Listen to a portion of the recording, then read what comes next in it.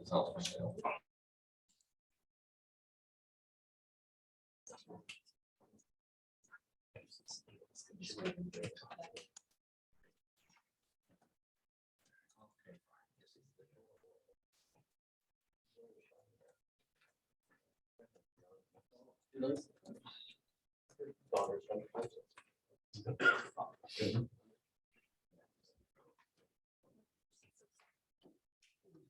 It's 6. Yeah. Oh, you ain't been in there? That's cool. You haven't been in there? 30 p.m. on Tuesday, May 24th. This is meeting 1827 of the Planning and Zoning Commission. It's being held in Town Hall and remotely. And we have a quorum. Peg. Mike is not here, but we have 5 members, so we're good. Do we have anything on added agenda items? No added agenda items.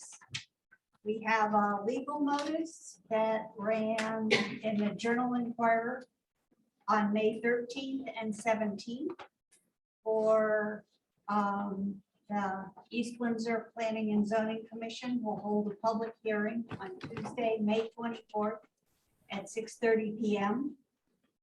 Details regarding how to attend will be published on the commission's agenda and will be made available on the town's website. The application for the public hearing is PZ 2022-6. It's a zone change, map change. The applicant is Ariano Holmes. I'm sorry, Torino. Thank you. Holmes, sorry if I butchered. Who wishes to change the zoning district for 26 and 28 Rye Street in Broadbrook. Map 77, block 40, lot 1 and lot 1-1 from zone R2 to R1. A full copy of the application is available in the Planning and Zoning Commission's webpage on the town website. All persons may attend this meeting and provide written or verbal comments to the board regarding this application. We have our minutes from our last meeting, which was meeting 1826, held on May 10th. Excuse me, Anne, Yes. this is Peg. What was in my packet was the schedule of motions rather than the minutes. So you might want to, You are correct. So we don't have minutes yet. I don't believe so. It was not in my packet. I don't know what you have. Mine was the schedule of motions. Schedule of motions too. So we will not act on approving the minutes since you don't have them. Okay. I missed public participation. Is there anybody here in the room who has something that's not listed on the agenda that they would like to raise with the commission? Is there anybody online that has something that is not listed on the agenda they would like to raise? Okay, hearing none, and moving on to receipt of applications. We have the receipt of an application to acknowledge PZ 2022-7, 10 Prospect Hill Terrace. It's a site plan review, a change in use from Burlington Coat Factory, which was retail, to a true storage facility, which is warehouse storage. The applicant is Josh Sullivan. So that application has been received by the town. Do we have anything on performance bonds, actions, permit extensions, and road acceptance? Okay. Do we have any continued public hearings?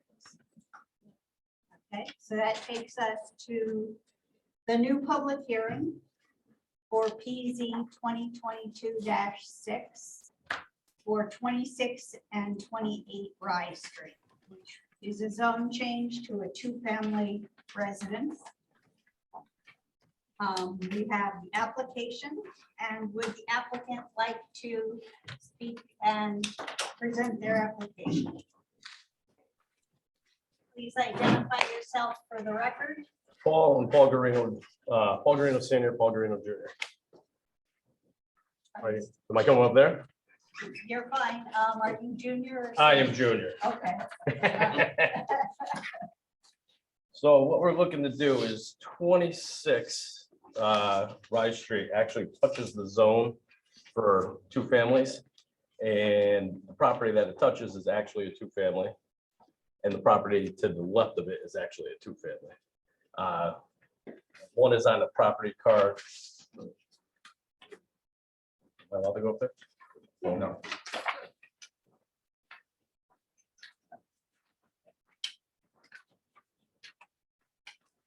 Here, here's 26. Here's the zones where the road touches. This house here is a two-family. This house here is a two-family. Or this house here. This is the lot.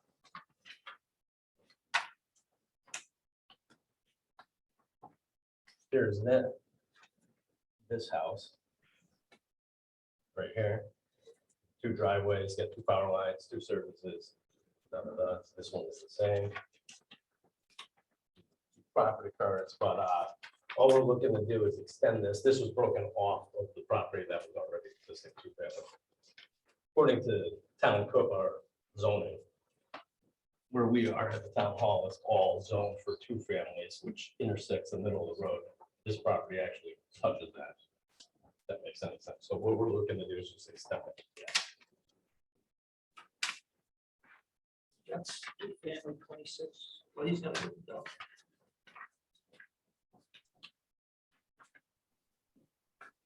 There's another one down.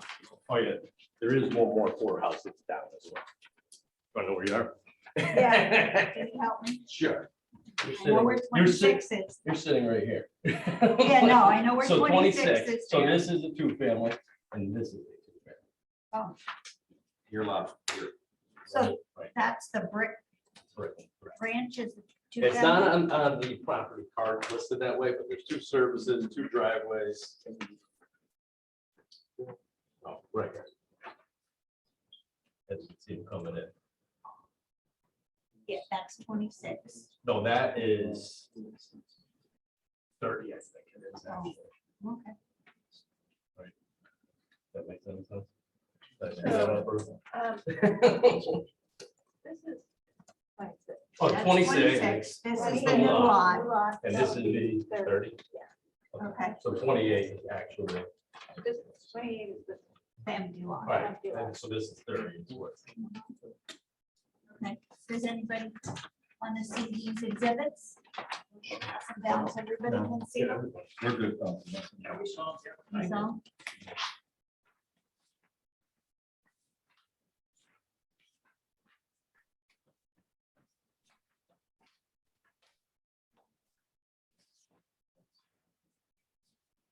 Do you have more, or do you want to take questions from them? No, yeah, I'll take questions or, I mean, we're just looking to extend the zone to actually make those two houses conform to being in the zone.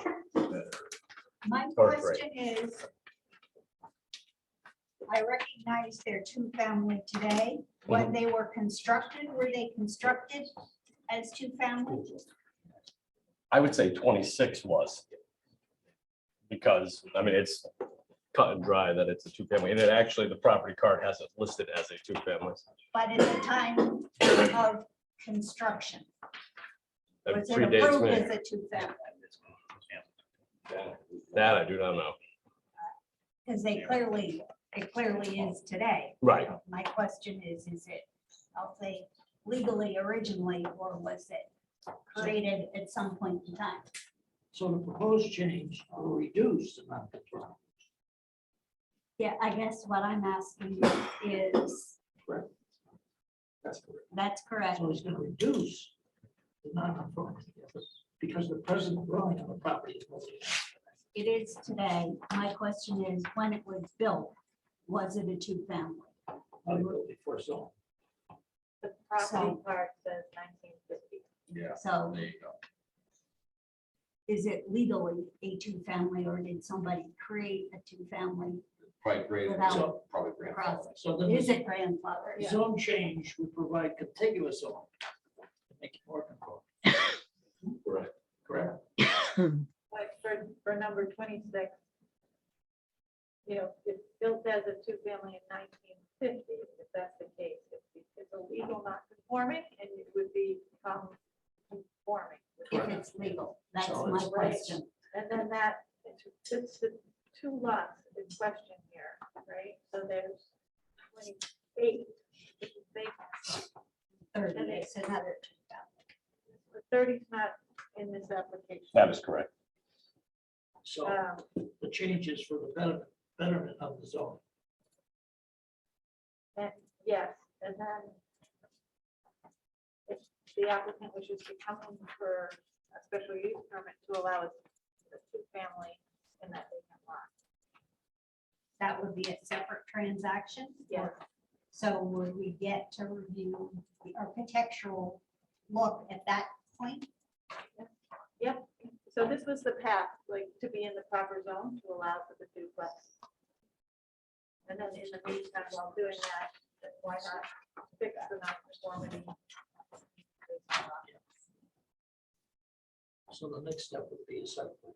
It would be special, yes. Correct. Under a special use permit, yeah. Is there anybody in the room who wants to comment on this? Anybody online who wants to comment?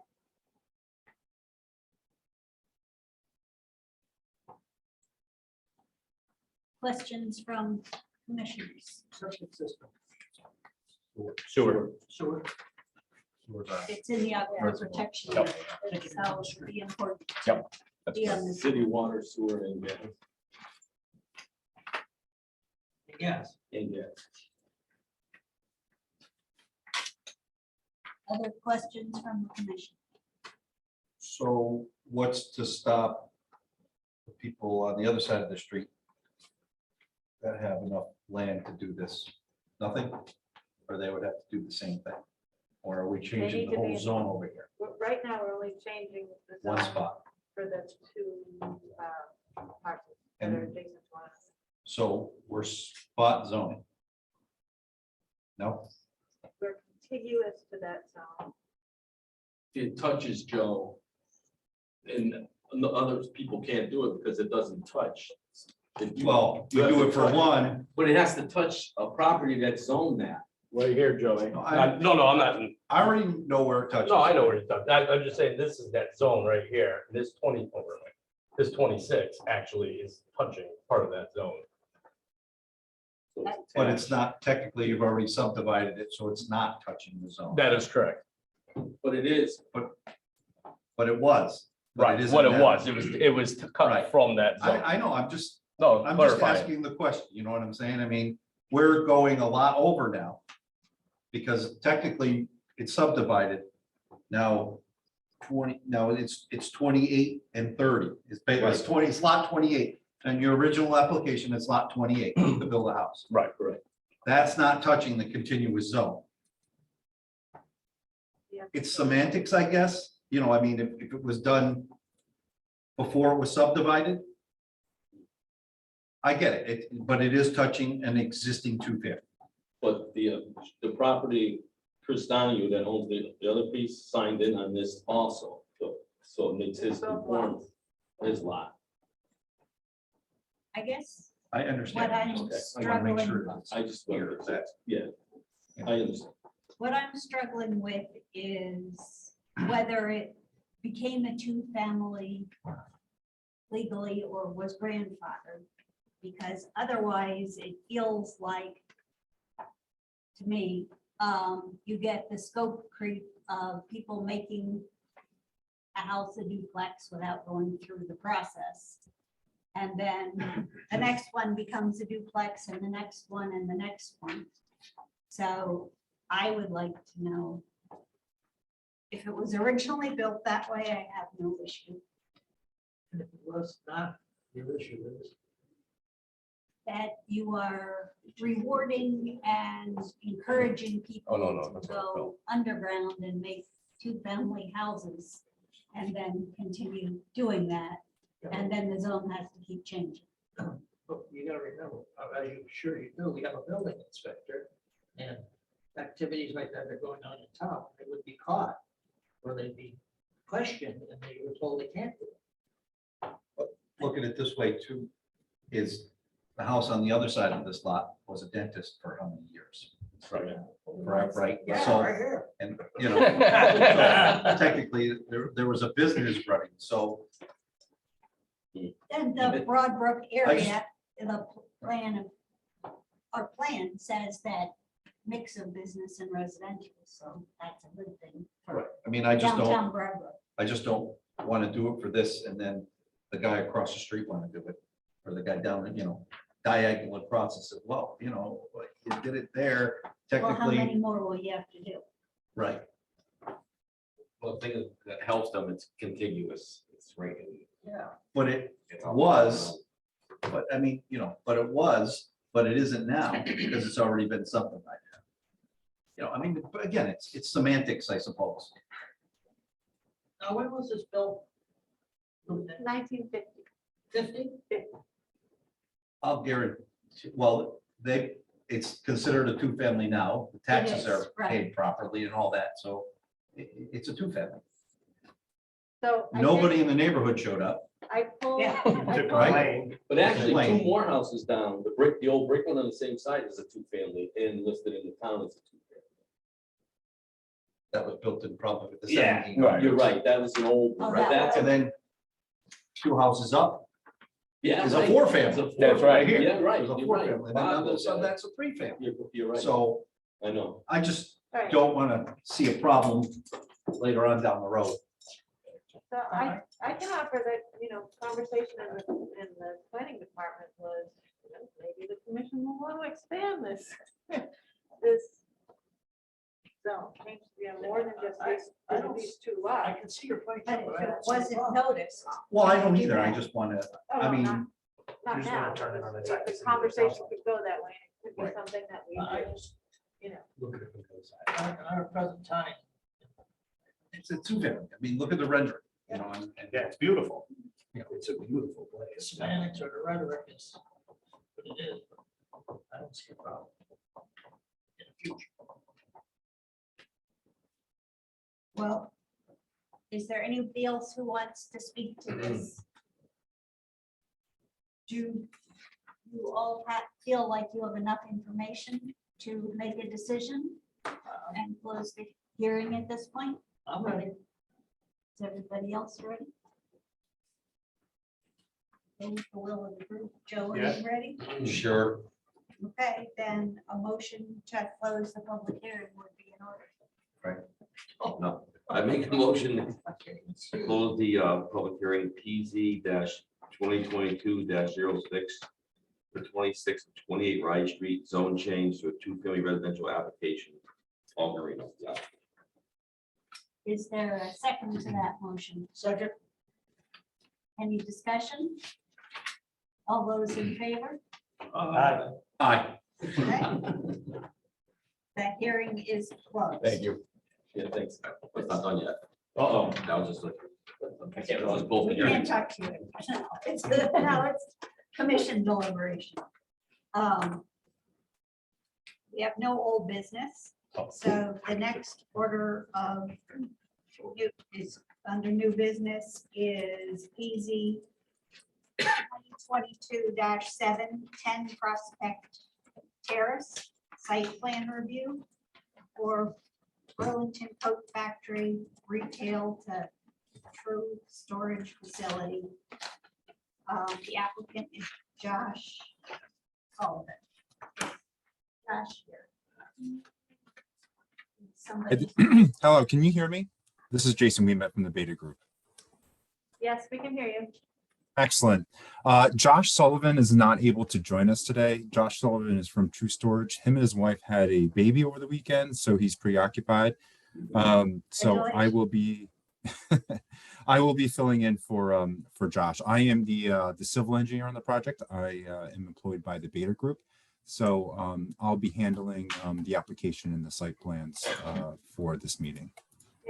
We are also joined by Chris Lewis as well, who's associated with True Storage as well. I made you a co-host if you'd like to share your screen. Sure.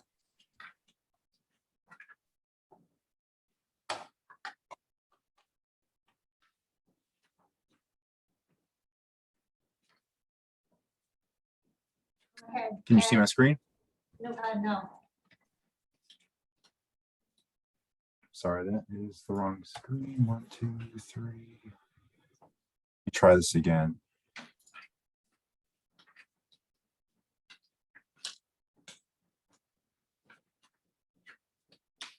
See your Windows screen now, the blue one. Can you see the application? I can. So I'll just briefly go over the application and then I'll go through the site plan review. So yes, so the property that we're talking about is 10 Prospect Terrace. This is approximately a 10-acre parcel total. I say that because this parcel is split between Enfield and East Windsor. The parcel that we're going to be discussing today is 5.6 acres up against the Enfield line. The zone district is B1. Currently, the property is owned by the Burlington Coat Factory. Can I just stop you? Is it actually a B1? I believe so. I think it is a B1. Turn to staff for that. So I was looking at the application this morning and our zoning map has that property as an M1. And that actually Okay. allows the use of warehouse. I'll go ahead and correct that. I apologize. It's okay, I caught it just this morning. Thank you for correcting that. But I do believe that this parcel or the zone does accept warehouse storage usage on the property. So again, it's currently owned by the Burlington Coat Factory. It's been vacant for quite some time. True Storage is wanting to convert that existing facility into a climate-controlled storage facility. There is no external storage proposed as part of this project. So this project does have some minor site improvements, which include mostly just new parking, new striping, and signage, which I'll get into in a little bit more detail.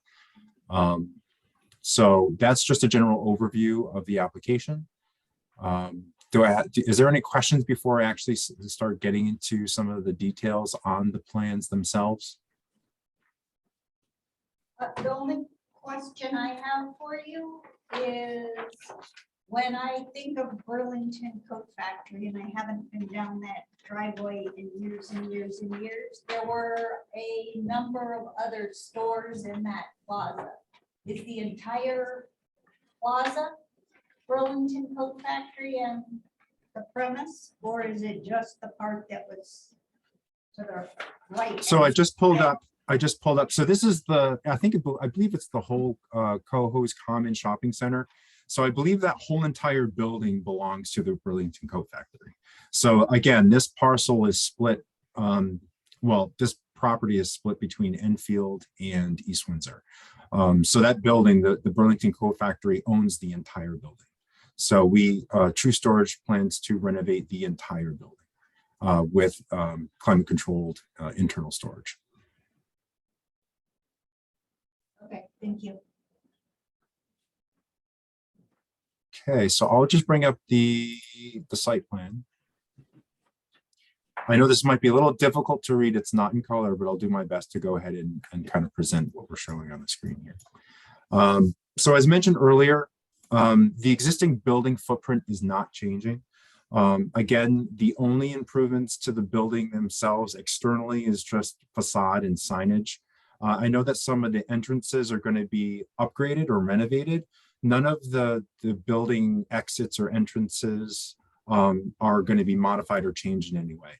That includes any of the loading docks around the facility, any emergency access.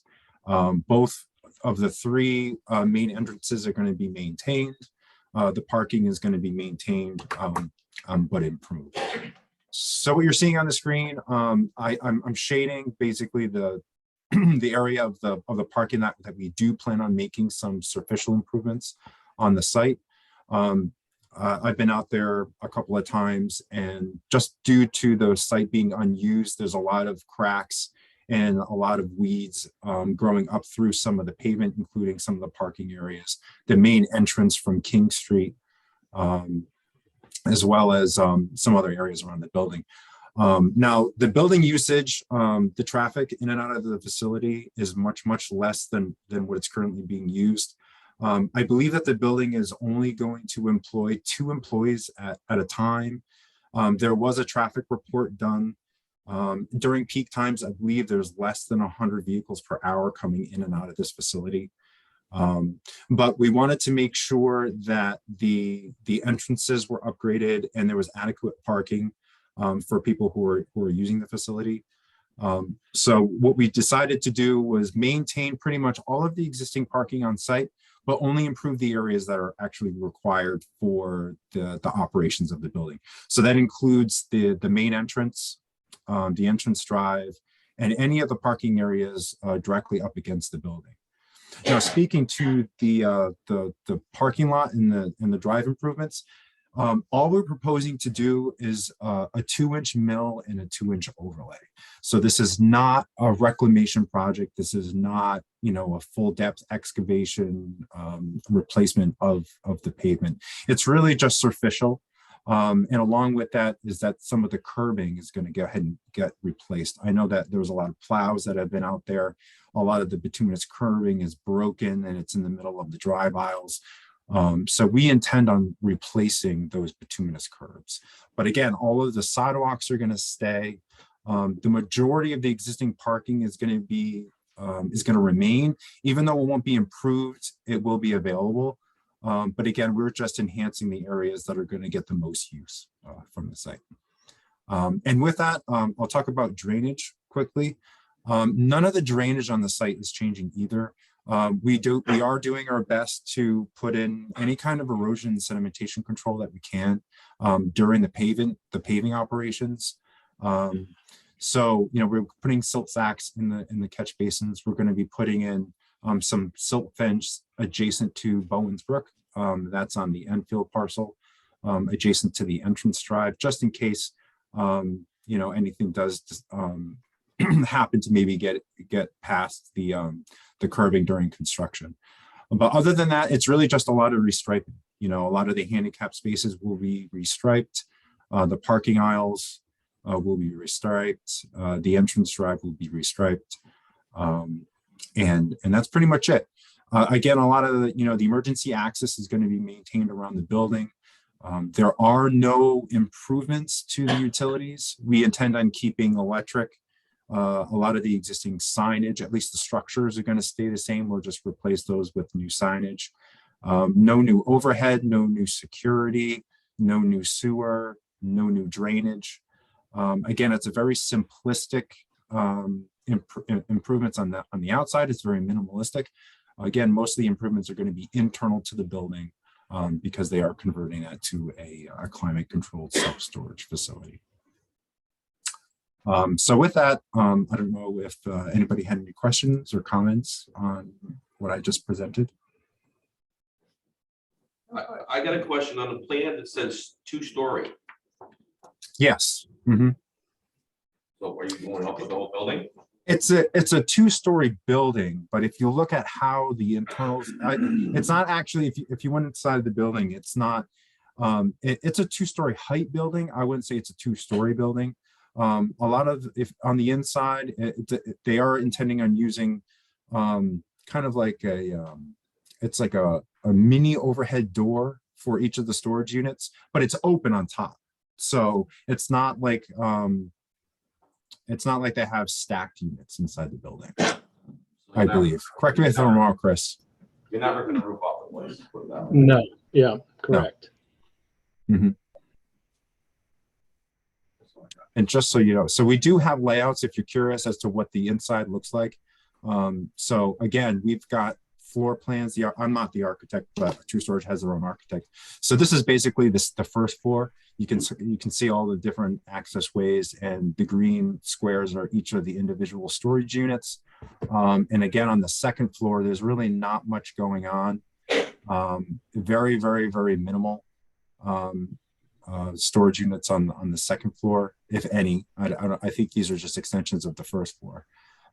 So again, they're pretty much roll-up doors. We do have some details as to what this looks like, if I can find them, if you're interested. So if you kind of see what this looks like, they're kind of like roll-up doors, and then above them they're open. So it's not a two-story building. Hours of operation, 24/7. No, as a matter of fact, I do have, I believe it's 9 to 6. Chris, you can correct me if I'm wrong. Yeah, that's correct. Yep, 9 to 6. And usually what will happen after 6 o'clock is they'll in some cases let people in until maybe 8 o'clock. But generally speaking, it's just regular business hours. So we don't allow people to come into the property, at nighttime. Questions from the commission? Question for you. From the layout, it looks like individual units and a lot of tenants. When people end their lease and decide they want to toss their stuff instead of store it, are there a lot of dumpsters, and where are the dumpsters? Generally we don't allow people to dump anything on the site. It's their responsibility to remove anything from their locker and take it off the premises. So there's no dumping of anybody's belongings on the site.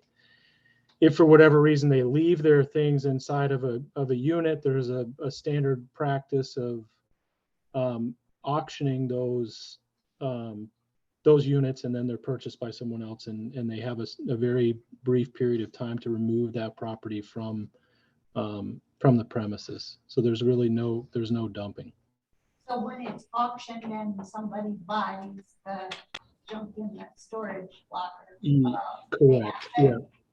empty it and haul everything away. Yes, or pay rent. Yeah.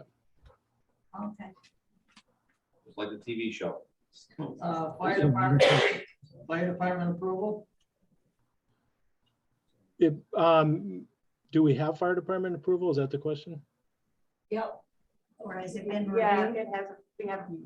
Yeah, I don't think at this point, and Jason, correct me if I'm wrong. I mean, usually when we submit for a building permit, the fire department will review and approve the project. I mean, so we'll take the sprinkler system back to the standpipes and obviously upgrade any portion of that system that needs to be upgraded to meet the current fire codes.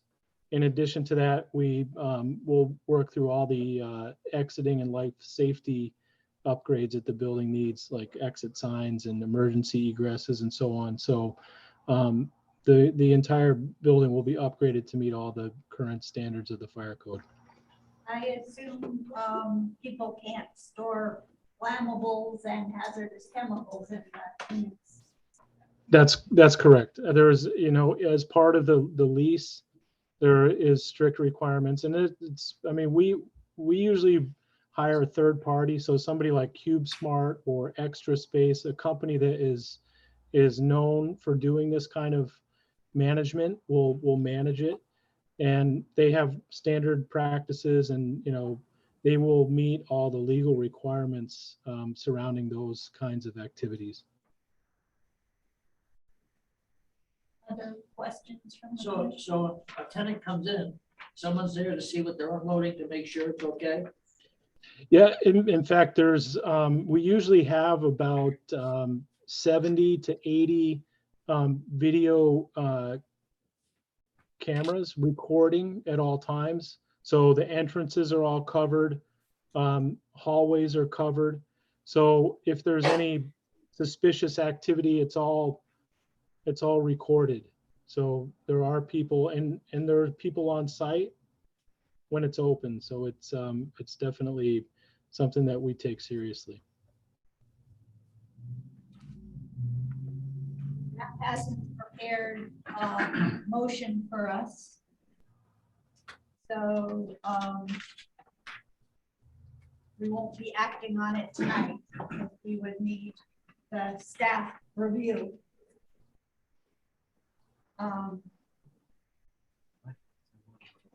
It's not a public hearing, so we can.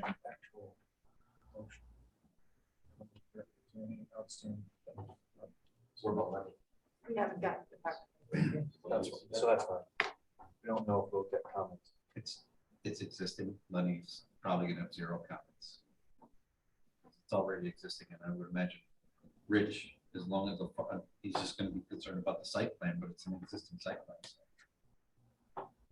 Can you, the site plan references it, but can you confirm there's no planned changes to any exterior lighting? There's a couple of locations on the site plan that show existing light and luminaire to remain, but I don't Right. see anything related to exterior wall-mounted lights. Chris, do you want to touch on that a little bit? I know that there might be some security cameras on the outside of the building, but as far as lighting, Yeah. So I any mean, we usually, lighting on the outside?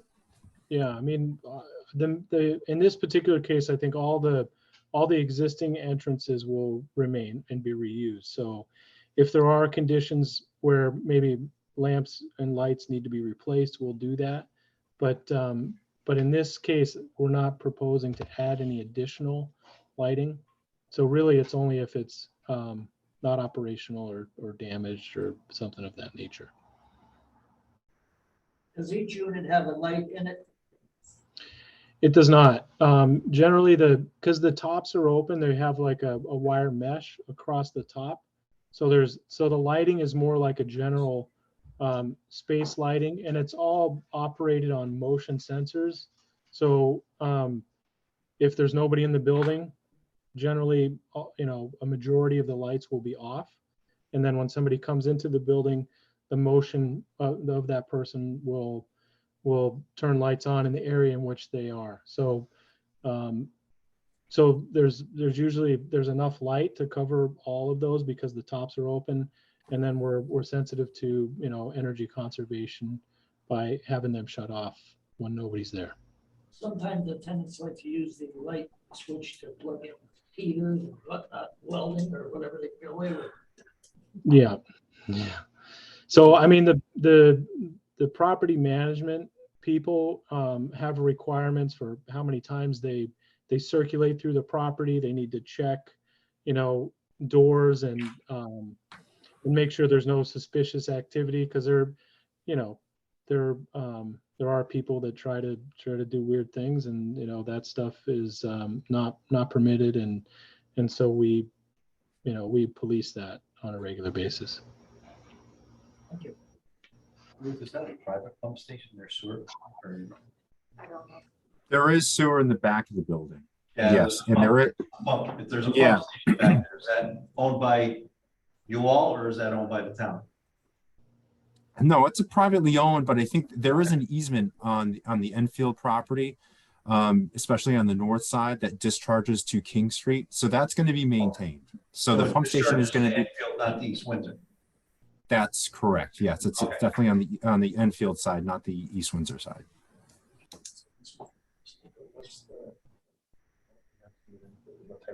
In Enfield, they get a zone change to industrial, and they're looking. Was that a question? I'm sorry, I didn't hear that. Oh, the question was, what type of approvals were you seeking in Enfield? And I was responding that a zone change application went through, it's approved, and now you're moving on to site plan. Correct. Yeah, so we need to do a site plan approval for both Enfield and East Windsor. And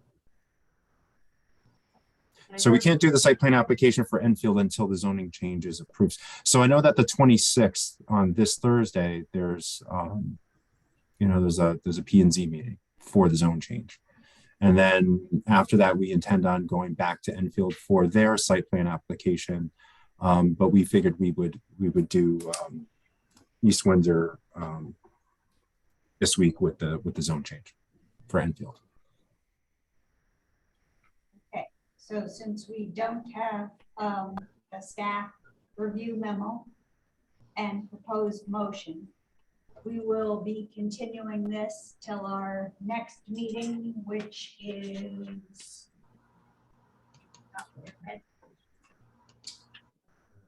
June 14. June 14th. So we will take it up for approval on June 14th.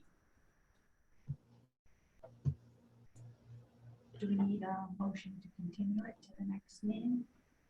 So, can somebody make a motion to continue this? I make a motion to continue PZ 2022 07 Prospect Terrace. Site plan review, change of use from Burlington Coat Factory Retail to Cruise Wood Facility Warehouse / Storage to our next meeting of June 14th. Is there a second to that? Second. Seconded by Frank. Any discussion? All those in favor? Aye. Aye, that's unanimous, Peg. So we'll see them Thank you. on June 14th. So now. Thank you very much. Thank you very much. We now have the application that we heard and closed the hearing on for the zone change for 26 and 28 Rye Street. We have a memo with staff comments and a draft motion in a memo from Ruth dated May 24th, 2022. You want to discuss it, or does somebody want to make a motion? Any need for discussion? No, okay, I'll make a motion. I make a motion to approve the application PZ 2022 06 for a zone change from R2 single family residential district to R1 single multifamily residential district. With the following condition 1 and 2. Page 1, and it's a memo drafted from Root Reed, town planner, dated May 24th, 2022. Is there a second to that motion? Second. Seconded by Frank. Discussion? Okay, all those in favor? Aye. Okay. Okay, that was unanimous. Good luck. It's approved. Thank you very much.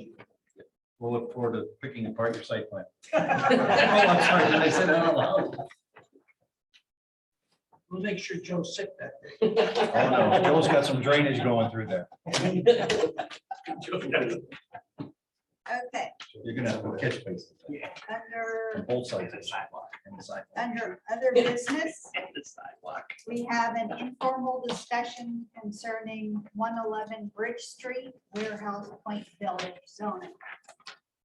Is there, is that a staff item, or is that a? I think we swapped the order on the revised. Do Don's auto We're at, first. yeah, 14 North Road. Oh, next time, don't bring Junior, it'll go easier.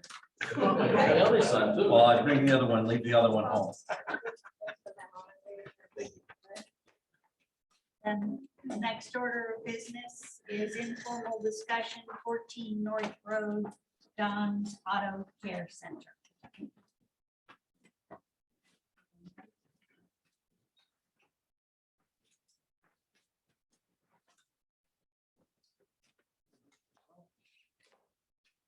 Introduce yourself for the Yes. record, please. My name is Tom Walker, owner and operator of Don's Auto Care Center, 14 North Road, East Windsor. JR Russo and Associates. You want to just pass this around? Charging.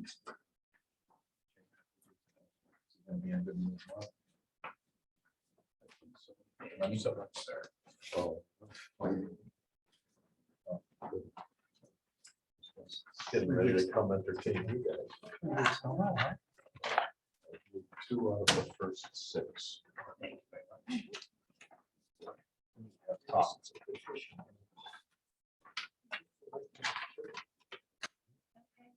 Don, are you gonna present?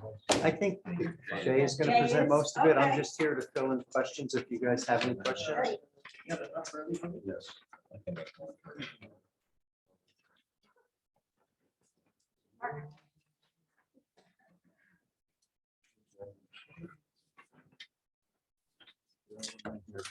My fingers are a little nimble. Yeah, remember, yeah, be quick.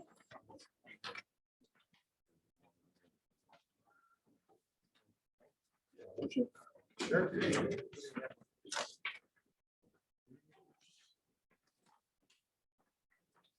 Anybody else? You guys have site plans? Yeah. Extra.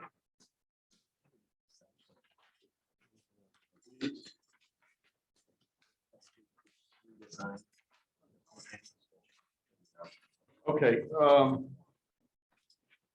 so about a month or so ago, Don and I went to the planning office and we talked to Ruth, and actually this goes back on quite a few months. Don had called me and said he's planning on doing some modifications and upgrades at his auto center car wash.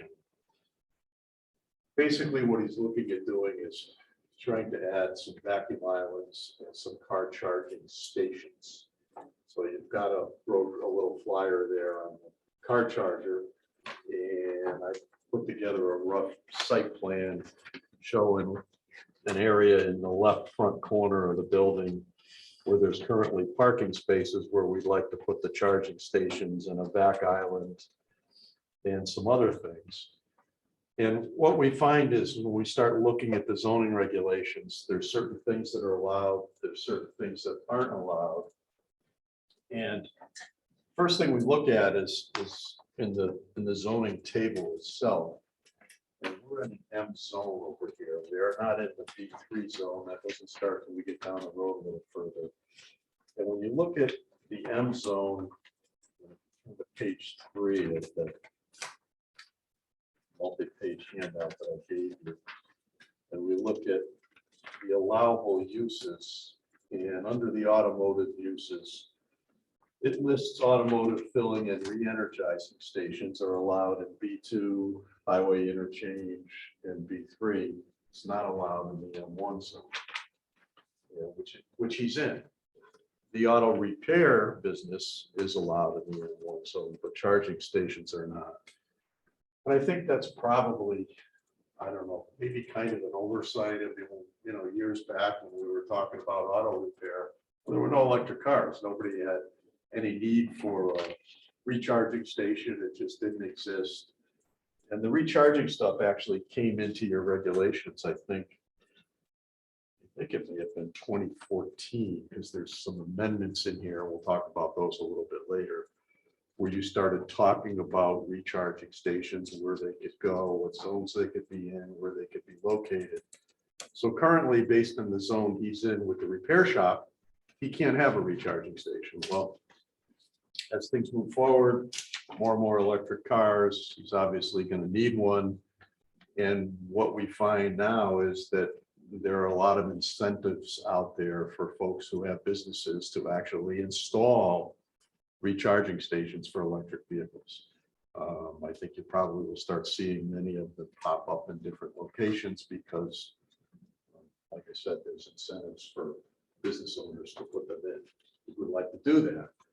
So I don't think we want to change the zone that he's in. I don't think that makes any sense. So I guess you know, when we met with Ruth, we were kind of talking about maybe a text amendment to somehow add in that use, maybe as accessory to an auto repair facility in the M1 zone to allow them to have recharging stations for cars that they may be repairing or other cars that may want to come in and use a recharging station. The ones that you have there are what they call, and I don't know if this is the right term, but I gotta call it a quick charger. It's supercharged. Supercharger, where it can fully charge a vehicle in about 20 minutes, 25 minutes. 25 minutes. So It's it makes fast. it makes it really, you know, appeal to people that are traveling from point A to point B, right off the highway. We've actually already been accepted from Eversource for the filing, so they're on board. So we're just trying to see what you guys think Figure out about it. where we could put it and how we might allow it. So along with that, kind of dovetailed into it is an upgrade of this car wash facility and the addition of some vacuum islands. So Don's thought is, well, if we put charging stations next to the vacuum, somebody's got an electric car and these things charge pretty quickly. They're cleaning their car and vacuuming their car out and they're charging it at the same time. Maybe it made sense to put the backs next to some charging stations. So we've got, what, 6 spaces or 7 spaces out there, I think, in that location where these could potentially fit. There's other other speed bumps, I guess, if you will, and we'll talk about those, but it seemed to kind of make sense. Now, those of you who have been to Don's and been to the car wash probably remember that, you know, there was back islands in the back of the building that he put in based on an approval that you gave, and I don't remember the date, it was quite a few years ago. Quite a few years ago. And what he found was that although they got some use, people can't see them from the road, so they don't know they're there. In fact, a lot of people don't even know he has a car wash, quite honestly. I didn't know. No. Yeah. And I, you know, I never thought of that, but we go there all the time to get our vehicles repaired because it's down the street and it's convenient. We don't have to shuttle people all over the place. But what he told me, and I never thought of this, is that when you're coming down the road there, North Road, and it's right where the lane changes and everything merges into a single lane, and everybody's concentrating on, I don't want to get hit, I don't want to get pinched, and they don't look up. I mean, there's a lot of people that come there for the first time, they don't even know it Yeah, exists. we've been there 20 years. They don't even know that there's a repair facility there because it's a kind of a bad little section of road. So, Yeah. Very bad. yeah, I mean, I've been pinched there a couple times and it's, you know, it's just, you got to pay attention to what you're doing. And so he thought by moving the backs out front, it would be helpful. The ones in the back didn't get used that much, but really the issue is, to be honest, is vandalism. These were the type of backs where, you know, you put money into them, obviously, to make them work. They were busted into multiple times to steal the money, as was his change machine that used to be mounted in the building, which is no longer there. And the controller for the car wash that was just inside the wash, where you could either put in a credit card or you put in cash. And maybe a year and a half ago, somebody actually tried to rip that right out of the building. Unsuccessful. but Unsuccessfully, but $30,000 cost him $30,000+ to get it fixed, and he was out of commission for almost 3 months. So he's changed that now. Doesn't take cash anymore. You can only use a credit card. Hopefully the people realize that when they come back and try to rip it out again, there's nothing there. There's no money. So he thought the backs of the front would make more sense because people could see it and maybe they'd realize he's got a car wash there along with the charging station. So first thing we talked about was, well, we're not allowed to have a charging station. I think we could get around that with a text amendment. But then what we run into here, and this probably becomes a little more difficult or cumbersome, I guess, if you will, is that the area in the front where we've got 1, 2, 3, 4 parking spaces currently, which could be charging stations, which would be what, 2, I guess? The infrastructure, if passed, will be set up to have 4. So futuristically, if we go down the road and the vacuum island scenario doesn't work out, if we come back to the town and you guys approve it, it will already be laid in and capable of doing 4 superchargers. 4 superchargers and how many back islands, if we could make that fit in there? It It would would just be be, yeah, it would be 2 back. two islands. units. 2 superchargers and two. 2 back units. islands. The back islands that you see today are these ones that are kind of on the arch where they swing and you can go from one side of the car to the other. I don't know if any of you have been to, there's a new one in Ellington, the Big Y Express. I don't know if anybody's seen that one. Jay, you guys have the power for 4 of those?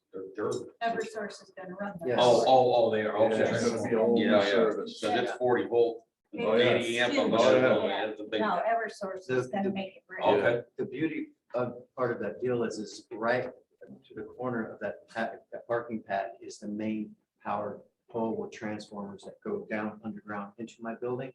And literally what they will do is come straight off that pole. It'll be a separate meter. It won't go through my building at all. Everything's it's gonna be like its own little entity. All by itself. It's a whole new service. Yeah. So anyway, they're the arch type backs. There's another new one down in Vernon Circle that if anybody's been by that, there's a new car wash there where that old mobile gas station used to be. No, I saw that. And the big ones. Yeah, exactly. Which I actually have gone there a few times and they're nice. They're not the type we're used to that you hear the thing, it makes all kinds of noise. They don't make any noise.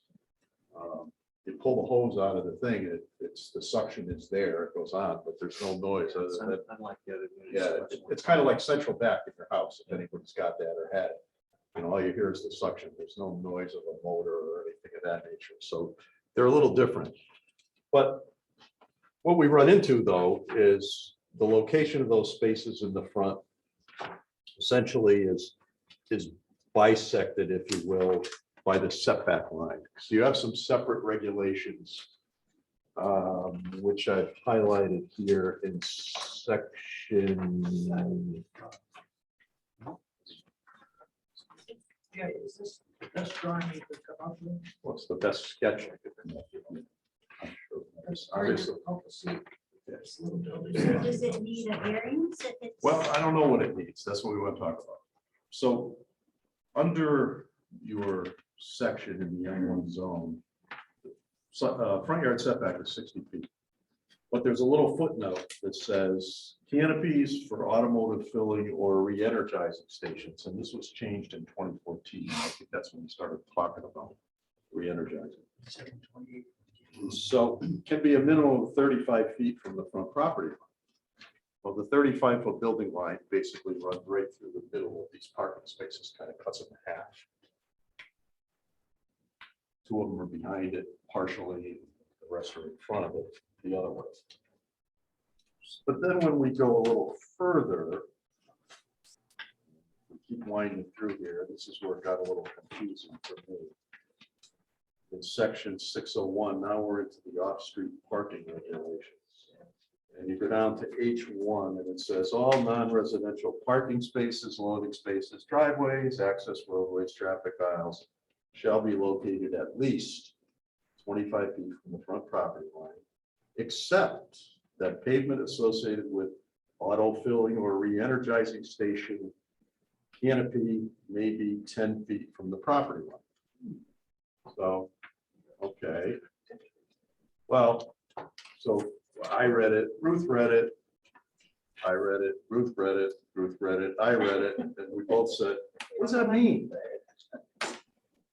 And Is it the pavement? Is it the canopy? Is it well, the- I'm not sure what it means, so we figured that in 2014, Frank was here, Jim was here, I was here. I think Ann was here, Ann I wasn't don't here. think so. All right, so it's on you two. What does that mean? I 2 sections that aren't in sync with each other. I don't They remember that contradict. conversation. I'm sure we're thinking about, doing these filling stations. That was the way everything was going.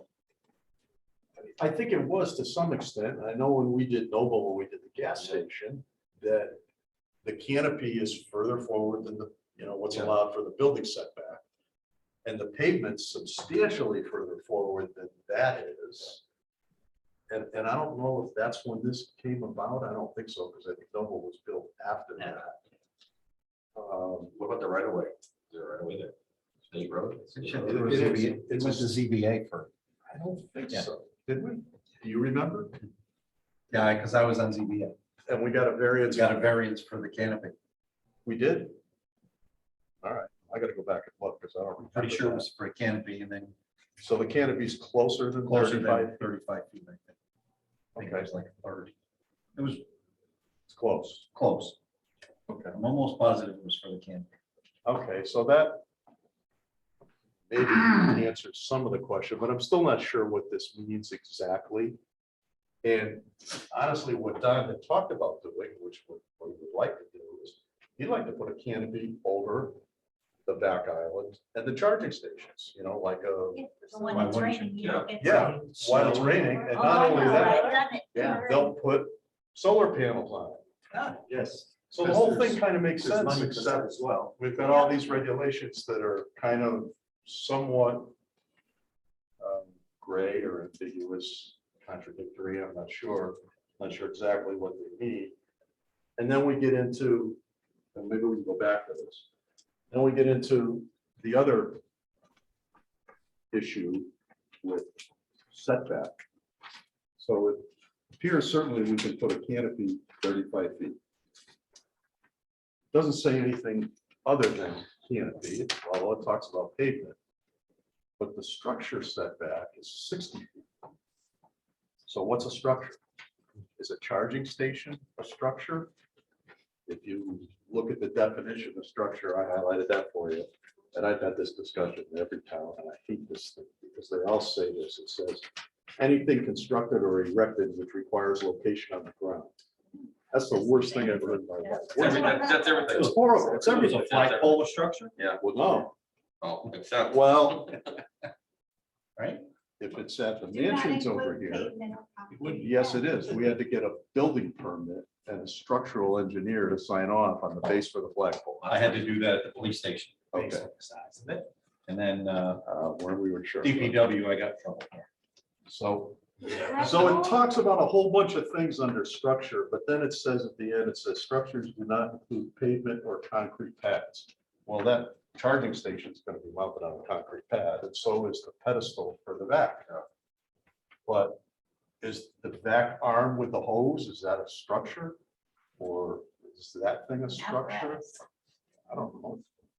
It requires location on the ground. Everybody, The but- canopy's a structure. Yeah, but everything else is a gas pump structure. I don't know. Piece of equipment. Right. I don't know. Well. if- So obviously, we here, we throw a whole bunch of questions up in the air, with all kinds of question marks and not expecting answers, but Well, it looks these like are we all have some things we fixes gotta to do think about. to the I regulation. think a text amendment to allow the charging station in M1 zone, I think that's I pretty think it simple. should be more than the M1 zone.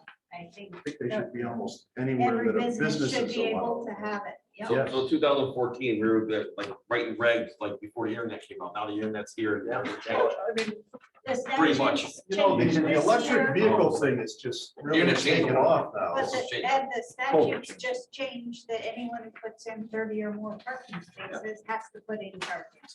Yeah. So. You can't mandate They're gonna that. be everywhere. Well, you- Could be everywhere. we're Quite gonna have frankly, I would love to require place Windsor on the map with Yeah, having yeah. superchargers personally. Oh, I would love We that, need them. you I know. mean, they put one in at the Ellington Town Hall, maybe there's two, I don't remember. Do you have one?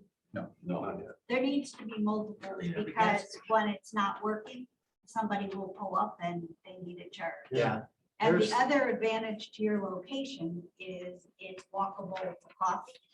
So Well, while he your talked car about is that. charging, yeah, you can It's walk to that. coffee, it's restaurants, Sophia's it's Plaza. Sophia's, it's the coffee But you have to shop, cross the road to go Yeah. to Dunkin's. it's Dunkin' That's dangerous. Donuts. That's Oh, dangerous We to talked walk about that a across. lot, yeah. Calamar came in, how many people were gonna get hit by cars crossing the street. But at least the Sophia's Plaza side is safe Yeah. walking. It is, and there's What's that? multiple restaurants and Yeah. a coffee shop there. so they statistically are estimating that in 10 years, 50% of the vehicles on the road, now we're not talking large trucks and stuff, are gonna be EVs in 10 years. So I think that's. 10 a years from stretch. now. 10 years. I think that's a stretch. But it's not on the I think it's the road. way of the future. I think that's. a It's stretch. not on the If they road, like it's vehicles sold. It's not my Excuse garage. me? It's Not my vehicles garage. sold will have to be I got a big electric. F-350 vehicles. out Well, there. if you look at most of the manufacturers by Oh, yeah. 2029 aren't gonna be making any gas. Right. vehicles. Well, one of But, the, it- That's what right, they're saying, yeah. exactly, but fleet won't turn over that fast. No, it But won't. the But demand there's- for it is there Absolutely. today. Grid could handle Yes, all I these agree. charging one of the stations. problems with the home charging, it's like, I have a friend that bought a Tesla. Mhm. But there's a special, you have to have a special unit That's installed right. in your house to put it in. Yeah, Yeah. So what they did is they got a universal one. So if they buy another, it's a Yeah. whole, it's a big, Right. it's a big. So- size. so And Jim, the you would electrician know the cost answer me to this. $1,000 If to have it if I wired in wanted my the quick garage. charge, maybe it's not this, but I want it at my house. I need a 240 volt, Yeah, probably a 200 amps. What is it gonna cost me to have that installed in my garage? $1,000. I had it done. So it's a 240 volt, 50 amp line. Basically, it's your stove. Yeah, Okay, dryer. Or a stove. dryer. Well, dryer's 30 amp, stove's 50 amp. okay. So it basically the stove, and all depends how far from the panel it is and how far you gotta So, go. It's a- My panel's on the opposite end of my house from my garage. And wires, And it- wires and it's more quadrupled right now. expensive 'cause it's- So it's probably a 2,000 or 2,500. 1,500 bucks probably, it's on the high side, 1,500 bucks. But most people who have But Teslas, then you have to, Aren't so that's worried the about that wiring $1,000 job, it's $1,000. So we did And then you have to buy And the then I have to unit, buy the unit. which So we- was $500. we did a guy who had 3 Teslas, we built a whole garage for Teslas. We actually had a full brand new 200 amp service and to service his 3 Tesla cars at 50 amp for 3 of them. Yeah. Quick charge. But the thing is, that works for however many miles of charge you have on the car, but as you're traveling, you'll have to be What do you able do? to, right, you have to have. So And you there got that is, 300-mile range or whatever and it there's is. nothing right now between Hartford and Springfield, so the need is there to fill that gap. So I'm glad Eversource is ready to pay for it. I don't think so either. So if I could make one observation. Yes. Trees. You're removing some trees. Can we replant some trees somewhere? Of course. I love trees. Me too. I think it's a good idea. But, you know, I mean, anyway, Yeah. but just if we're taking Some 5 trees landscape. down, can we put 5? I mean, even if they put them Well, we up. put them in the front. Well, Dress I it think front, Some you're very ornamentals. blind here anyways. You know, I mean, It's a hard thing to say. right. I mean, even if we just were to put some trees somewhere, even on the border or something, it just, We can do that. we cut more, you know, we cut more trees down, you know, put them back. They're out there I every just day. put 5. That's all I could swing. They're not cheap, No, they're not. but, you know, I just would say that if we're gonna remove them, we need to get into the habit of replacing. So I would offer up that we, the staff take a look at the public act that just passed. and, Drafting of language and clean up the inconsistencies. That makes it easier, Yeah. So you're thinking about text amendment. yes. It That's has to be number one, because it's not allowed in it. So we wrote those 8 years ago, which was the longest. So there's I'm sure we've talked about it, there's a program called Soul Smart, which is the solar version of the sustainable CT certification. And they have draft regs. And so if the town ever went for certification and your regs aligned, and they would score higher. So there might be some benefits we can pull. All right. We can start working on that as soon as Thursday. But it's something a lot of towns are doing, so there's a lot of the Models draft out iterations there. of regs that we don't have to go through because there are some really good standards. And they will actually review your regs for you and tell you where they think you're lacking. Might not be within their time frame, but it's probably a good longer term thing for us.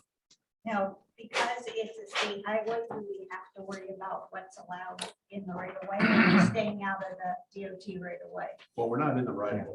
Okay, No, the edge of the pavement is back about 12 feet from the right of way, which I think based on the way I read the thing in the parking section, that's probably allowed.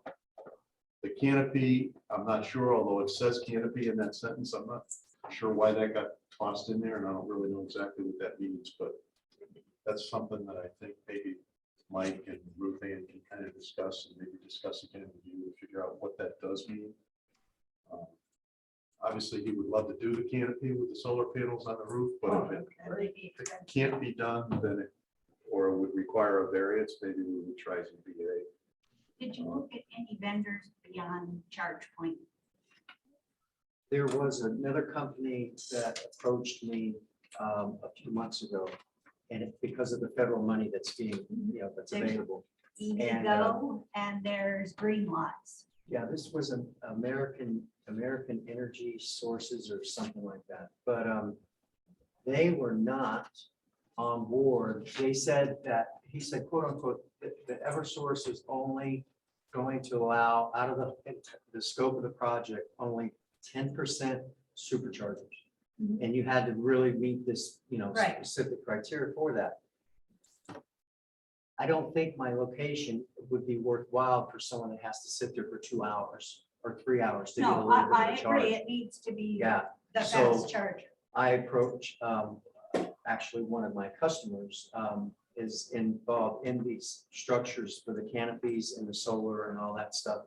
And he did all this research on this company. They're supposedly one of the leading superchargers in the, They're the biggest. yes. I know somebody who used a charge point station and was, the fee on their credit card was $30. So So, from what I understand, this is dictated by me. It's not anything to do with them. I'm not leasing the equipment from them. It's going to be owned by me. So you set the rate. I set the rates. We're looking at like 29 cents a kilowatt of profit for me. So it's like 49 cents is what it, which is, from an industry standpoint, is a fair rate for the customers. So What does yeah, I that understand, equate and to that's in what a it full is. They- charge? Excuse me? What does that equate to in a full charge? Like, But each full charge is different. So because Every each car is Have different. different size Yes, batteries. Right. I had So- a car that had an 80-mile range, so its full charge Right. was small. And you take a car Yeah, that has yeah, a 300-mile yeah. range, so. We're talking on an average, if they get there and they get like an 80% charge, you're talking about $15, $18, which is a far cry from, my truck was From 123 $4.69 last time I filled it up. Yeah. So, yeah, I mean, it's definitely way more affordable. Plus, I don't know if you guys know, but my entire building is solar at my shop. That whole building, 8,100 square feet, the whole roof is solar.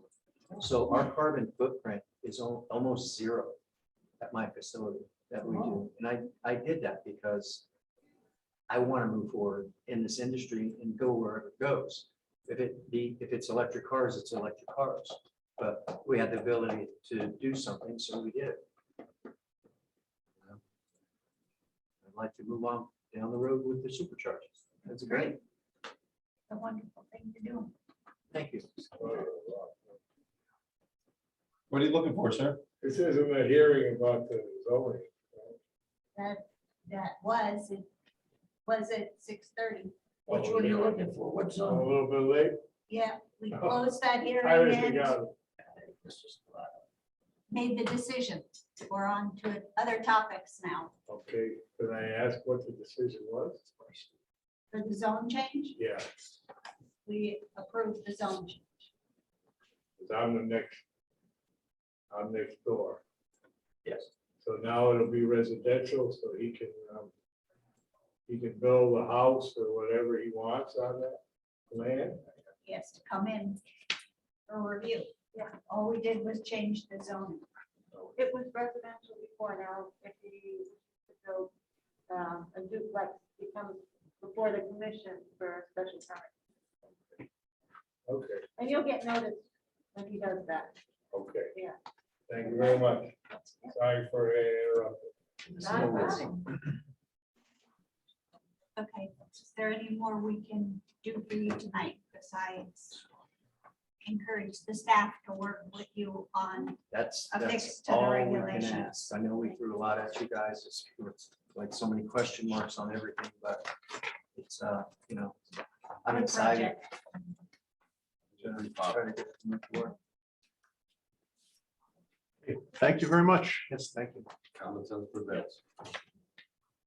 Well, I was reading, just as a sideline, I was reading about this 300-mile range. The test on that is under ideal conditions. If you're living in the north where it's cold, it might only be 150 Right. because of the cold. Yeah. Or if you're high Or if humidity. you run your, So that 300-mile range is under ideal conditions. Correct. There are pretty amazing improvements going with Oh, with sure. Tesla and the batteries. So that's gonna change, change I'm dramatically. sure it'll change. fast. running the air conditioner set the battery. If you live in Maine, you probably can go 50 miles Yeah, because of the weather. The house outside or inside. yeah, it makes a difference. They have heaters for the batteries now. Well, The next thing is, what are you gonna do with the batteries when they're, where are you gonna put them? Because they're gonna be highly contaminated. They do have recycling procedures and are They rebuilding use them in- procedures on some of the batteries. That technology is still It's going, processing. but you're absolutely right. It's just like anything, there is a byproduct of the, the batteries themselves. Hopefully, we'll be able to recycle most of the stuff, they're and using minimize them in that waste. Building applications for storage. Where it's not as critical as a car. Okay, we need to move on. Well, thank you, Jay. Okay, thank you. Thank you. Informal discussion, warehouse point building zoning. So, last time we talked, I had basically given you an informal overview of what we thought the approach should be related to moving in a direction that's more form-based versus a standard Euclidean zoning, where we have a use table and we have setbacks and parking and all these other things. Based on the fact that we wanted to encourage mixed use and all the things that were in the warehouse point planning study. We want to move away from getting really bogged down in whether they have 18 parking spaces or 20, and make sure that they're doing things like adding pedestrian amenities and landscaping and design elements like cupolas or who knows what, shutter, whatever. So what we've been doing, what I've been doing, been looking at it, basically model form-based codes from other communities. And I think one of the things that is a little bit different with Warehouse Point and some of the other places where you see a traditional form-based code implemented, which is a 30-page document, is basically the real estate market. Warehouse Point doesn't have the energy right now that would really make it a place where someone would come in and incorporate some of the large scale design elements that a form-based code would have, because it's just not there at that point. So what we've been talking about, and what I think is a good middle ground essentially, is to create a zoning regulation based upon the criteria in the stuff established in the Warehouse Point planning study, as far as the uses and the goals for streetscape and all those things, and essentially incentivize through deregulation some of those pedestrian and streetscape improvements without creating the need for someone to hire a full design team to come in to do something on a particular property, because they have to meet the criteria of a traditional form-based code, building massing and densities and floor area ratios and all these other things.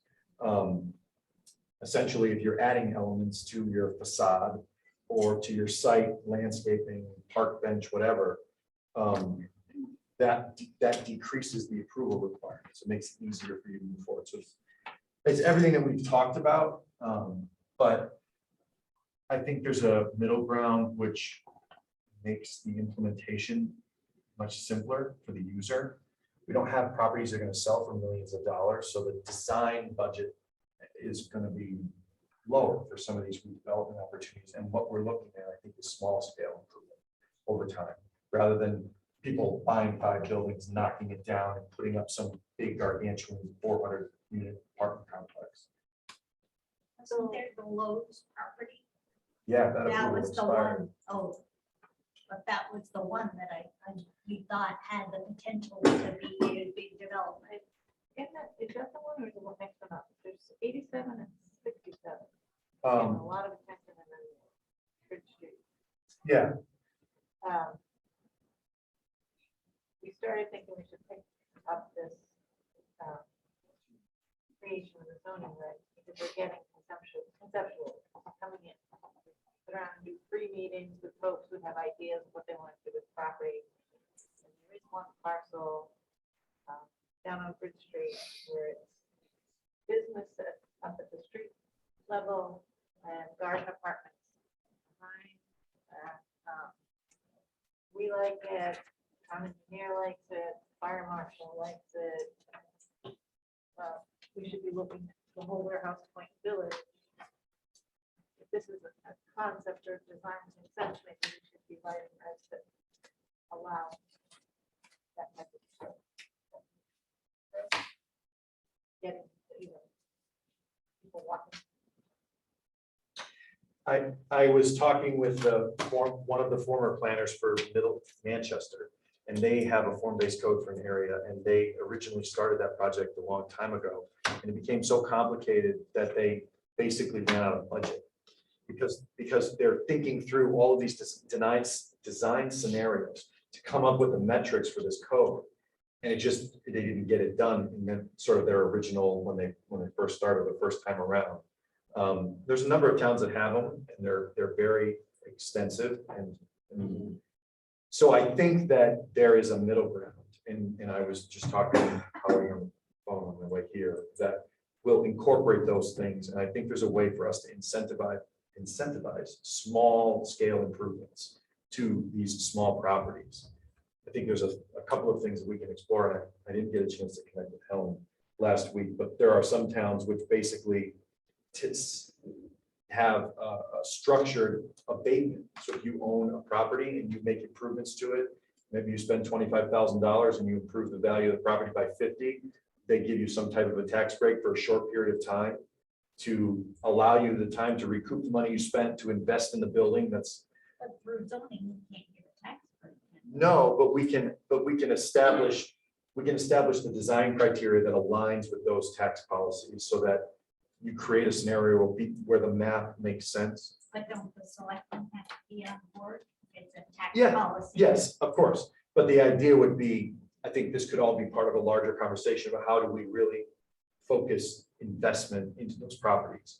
Because if the real estate market and the uses down there aren't demanding it on its own, we need to grease the skids a little bit. And there's a number of ways we can do it. You said it a nice way. Basically, it's not worth the investment. We all know that from day one.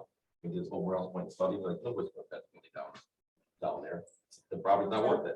But like, for example, Here you was the train station and everyone. and was so, wanting to use it, but yeah, and so Windsor Locks is doing a lot on their side of the bridge. They've got a lot of stuff going on there, and if that continues to move, that's not a far walk across the bridge. So, there could be things that happen there.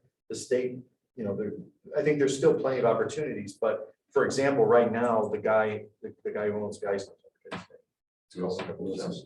So he may love the opportunity to put a pad in that corner, like what's her name? Terry drew in that study. But right now the regs don't allow it. So it may just be setting that stuff up so that maybe 1 or 2 or 3 key properties have some stuff. start. Yeah. And it starts. And this concept that Ruth's talking about, it's not massive, but it'll put maybe 15 or 20 new residents in the area, and they're gonna patronize the businesses, and if they can walk, so then it's this incremental thing. So, Right now, it's going nowhere. You want to make it a little easier for the applicants to come in. I agree. I think we want to create a structure of a reg that has the same sort of review process where the things that we all agree to are simple, the things that we're a little bit more concerned with or that require a more thoughtful review still have some of that additional criteria to come from the commission with hearing, et cetera. But part of the way we evaluate how good a project is, for example, will be the types of amenities it has, the types of architectural design features it includes. And so if we define what those are, I think we can encourage people to move in that direction because the approval process will be easier. Yeah, That's a good thing. you gotta do something right now. You got So, as Ruth mentioned, there's been some discussions with folks in the area, in that neighborhood that want to do something that the regs currently don't allow. we don't, it doesn't make sense for them to go through a text amendment process to change the zone, we've all agreed. So we want to basically, link up there and kind of get that started sooner versus later. How far down the road is this? What are you doing tomorrow? I'm fishing, you wanna go? I think that, I don't know what their, do you know what their timeline is, but I think that we can have something worked out fairly shortly. I know he's anxious. I know that this is a Tim And thing, but Paul is, he's kind of anxious to have something happen there. And some of you may remember Paul Benson, you approved something for him quite a few years back, which was going to be somewhat of a modification of what the Pasco's common thing was that he did with a mixed residential. That's a and- nice development. Exactly. And what he found is he got it approved and he went for financing and the banks did not like the mixed use concept. He wasn't able to get it financed. He could have done residential, okay, a residential concept. They were comfortable with that.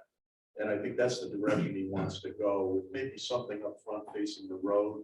And whether it's maybe a little real estate office or maybe it's an attorney's office with all accessible units behind it at ground level. And because of the way the property is, there would probably be some units that were not accessible, but he's actually thinking that accessible units in the center warehouse point, I tend to agree with him, that there's really a market there for this. And if you talk about the walkability, Tim and I and Dana were talking about in the office, and it does involve what's going on in Windsor Locks. Everything's there. Somebody that just wants to walk out the front door and get on the sidewalk, you've got groceries, you've got restaurants. They used to have a pharmacy, but I'm not sure that's gone. And a bank. and the bank is gone. Two banks. You've got the library. And if you go across the bridge, which as Mike pointed out, it's not really that long of a walk. No. You've got the pharmacy, you've got other restaurants, you've got other amenities. It kind of makes some sense, to be honest. You get the canal walk up the canal. You got the canal and you're gonna have the train station right there. The whole thing kind of works to me if it's somebody who's looking for a place to live, maybe doesn't even want a car or need a car. You can walk almost everything. You can walk to the train station. And I think You're talking down the road. we could be talking next year, if we could get the zoning Wow, approved, now get that's this done to build this particular. He's been working on this, kind of behind the scenes for a while. We acquired some more property this past year, just to give a little more room back there, and he's anxious to get started. So I think working with staff, we can probably get something to work. And Where's the water coming? the water is going to go into the root ditch. I doesn't I want probably any more never have to water. hear that term again. And we had a basin, actually. Yeah, but the pool just can't handle the water now. You can do a lot of stuff with on-site retention. No, you can't. Not on that site. You can do a whole heck of a lot. No, Jay will agree with me on that one. The soils there aren't going to take it. Right. Solid clay. Yeah. But I'm just, I mean, but we do have. that just, you know what, that just segues into the Well- conversation the town needs to do is to get working on that. It goes, ditch. it goes to, and this came about with Lowe's. It goes to Open Terrace, and Spring Street. where Culverts that are currently there aren't big enough to take the upstream flow during certain storm events. And get it to the Downstream. river bed. So you get some flooding. What you can't fix, however, is the river flooding where the water backs up and it comes Yeah. up through those culverts. There's no solution to that. No. That's never gonna go away. It's always gonna be there. But the storm event situation can be fixed. And there was, that's part of the Lowe's approval. It's there. And the culverts are there. They're on the list of things to get done. And the design was done, but it cost money. But fixing the culverts is only half of the problem. The other half is the definition of the ditch through from Bridge Street From Bridge Street to Holcomb Terrace. to Holcomb Terrace. It needs to be cleaned, defined, Right. dug out, because it hasn't been touched in probably 40 or 50 years, if I could guess. People just fill it in. Right. No ditch in my yard. No, it's where you throw your grass clippings, your leaves, your brush, branches, everything else. Didn't it just put a bigger fill pipe down by the river too? A bigger storm? I don't think it's any bigger. They replaced what was there. We put a liner in the existing pipe and put a pretty decent detention basin on this side of the river. A little bigger than the director of public works wanted, but To the shock and dismay of the deep. and cut some trees. Yeah. So I think the other thing that I would mention is that the proposal would be to cut the future land use zoning map that Terry put together from 6 or 7 districts to probably 3, sort of a core, a transitional, and then a peripheral. And maybe not all of the properties are included. Maybe we write something that in some of these massive properties are, we leave them what the underlying zoning is. But I think we're thinking 3 areas, 3 zones instead of 9 or 10 zones proposed. And it's such a small area that, you know, and I think we talked about, I did the zoning analysis of the various uses. 90% of the zones are 75% the same. You have one zone that allows everything but this one thing, and then a whole nother zone which is the same, but this one use is missing. That is not, you can't create cohesion among 9 different zones in an area that's small. So I think we're going to look at that and kind of jigger around her map to create three areas. So I think that there's a lot to be done there. And one of the things I'm going to talk to Ruth about is I think there's an opportunity for us, East Windsor and Windsor Locks, to partner with some things they're doing, given that we have a single state road there, for some funding and other things for like head improvements. And if we tell that story as 2 towns trying to do the same thing on either side of the river, it sounds a lot better when we're competing. Cooperation, yeah. So Well, we sold a big bill of goods with the Montgomery building. Everybody moving in there is not gonna have cars. I mean, they, yeah. well, the train They're isn't all gonna fully run up the and running yet, train. but they're fully leased. People who live in those kind of places don't have vehicles. That was just all the, I don't know how many units are there and how many vehicles are, but I can find out. You gotta go down there to get to the trail. Well, I know the building, but I would be interested to know how many Cars units. down there. so the side parking lot with the park that burnt is packed. You know, I mean, Isn't there parking underneath? There's still there's parking underneath the as well. building. Yep. But I mean, it's just, you know, I mean, it's just what we were told. The train I usually like is this. a long way down the road. All right, so Okay. maybe, Good stuff. I don't know if we'll be able to get it done for the next meeting, but Yes. Good stuff. I'm gonna start right on trolley to work. Want to talk about zoning enforcement and citation procedure revision? So can we go back to the, The affordable housing? yeah, Yeah. Oh, Yep. so John, who is my partner when I'm not in East Windsor, who helps me cover all the other towns that we run around the state for. One of the things that he spends more time doing with our colleague Rachel is affordable housing plans for towns that we've written, I don't know, 10 or 15 at this point. So as separate from what I'm doing here, Tyke is doing the town's affordable housing plan. So as part of that, we kind of are going through this process and provided with the packet, what we call the front end, which is sort of, it's a gut check. It's a demographic analysis of what the numbers are saying right now for East Windsor. This is just a rough draft of the data in basically a narrative form. And John, I think, has like a quick presentation, but we can't see him anymore. Can you hear us, John? Yeah, I can hear you. Can you, is the presentation up? Yep.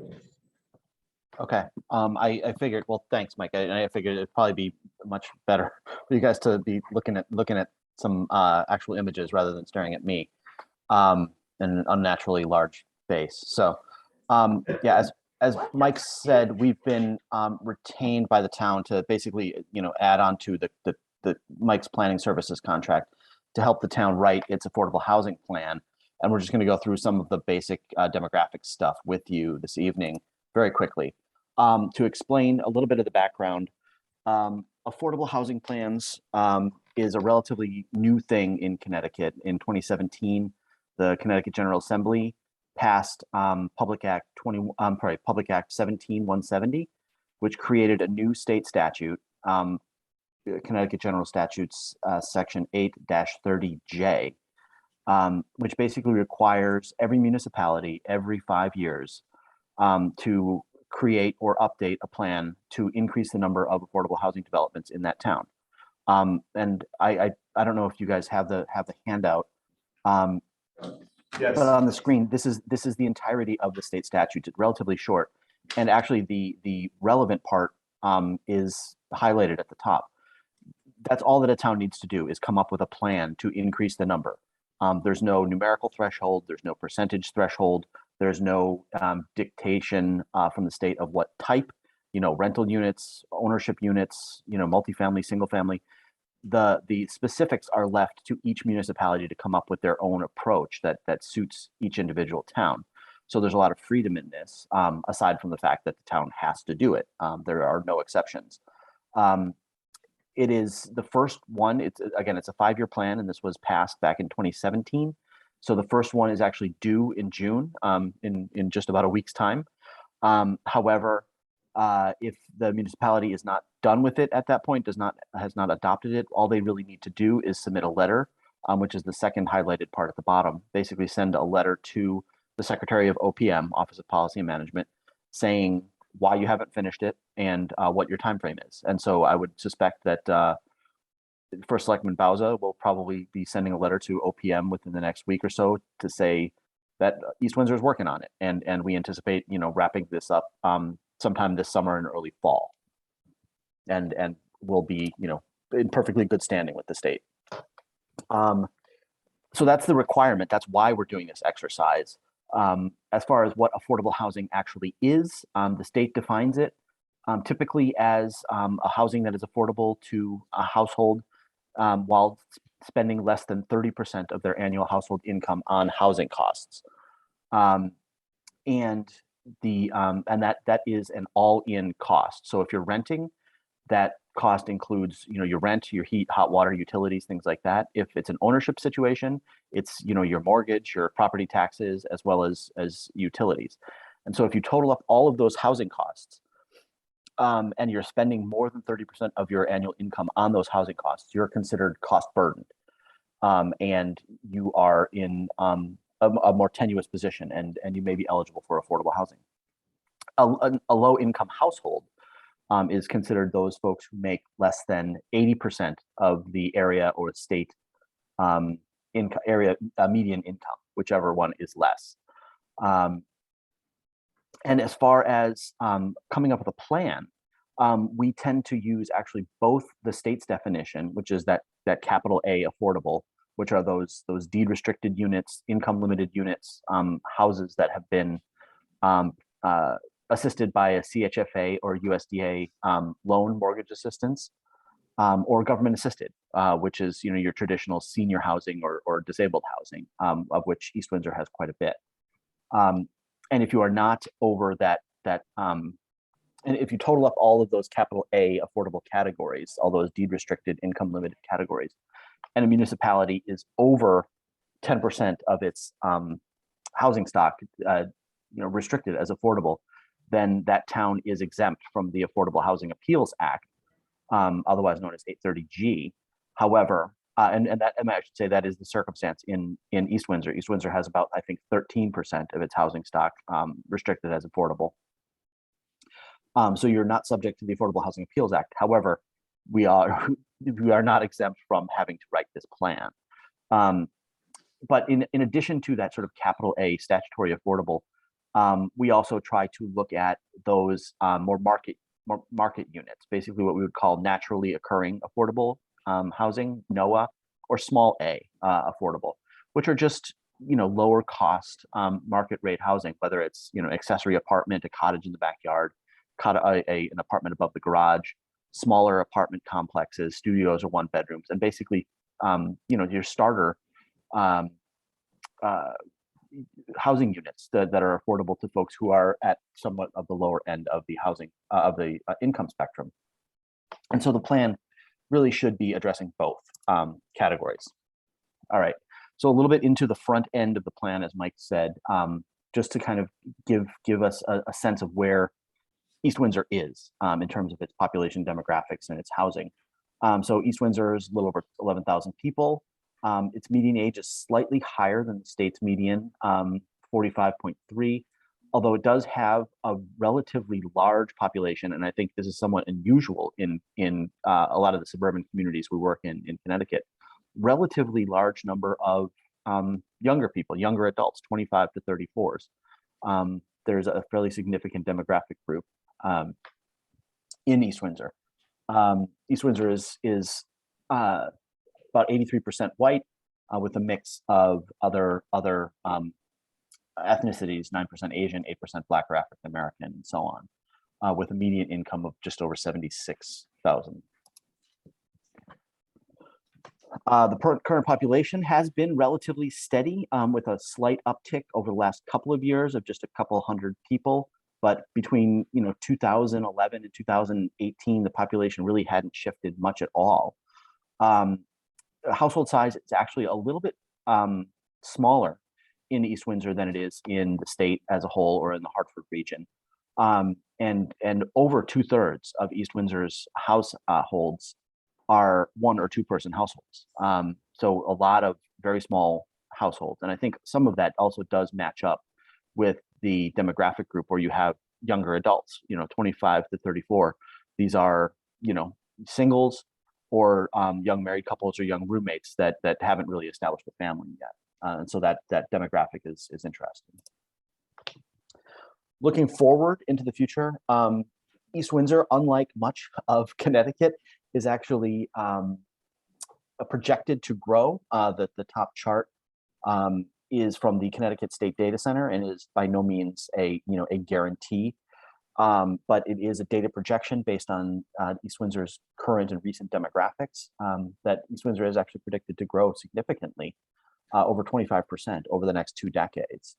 And the groups that are going to be growing the most are basically those older populations, as we in Connecticut continue to age. That seniors 65 and older will continue to get a larger percentage of East Windsor's population.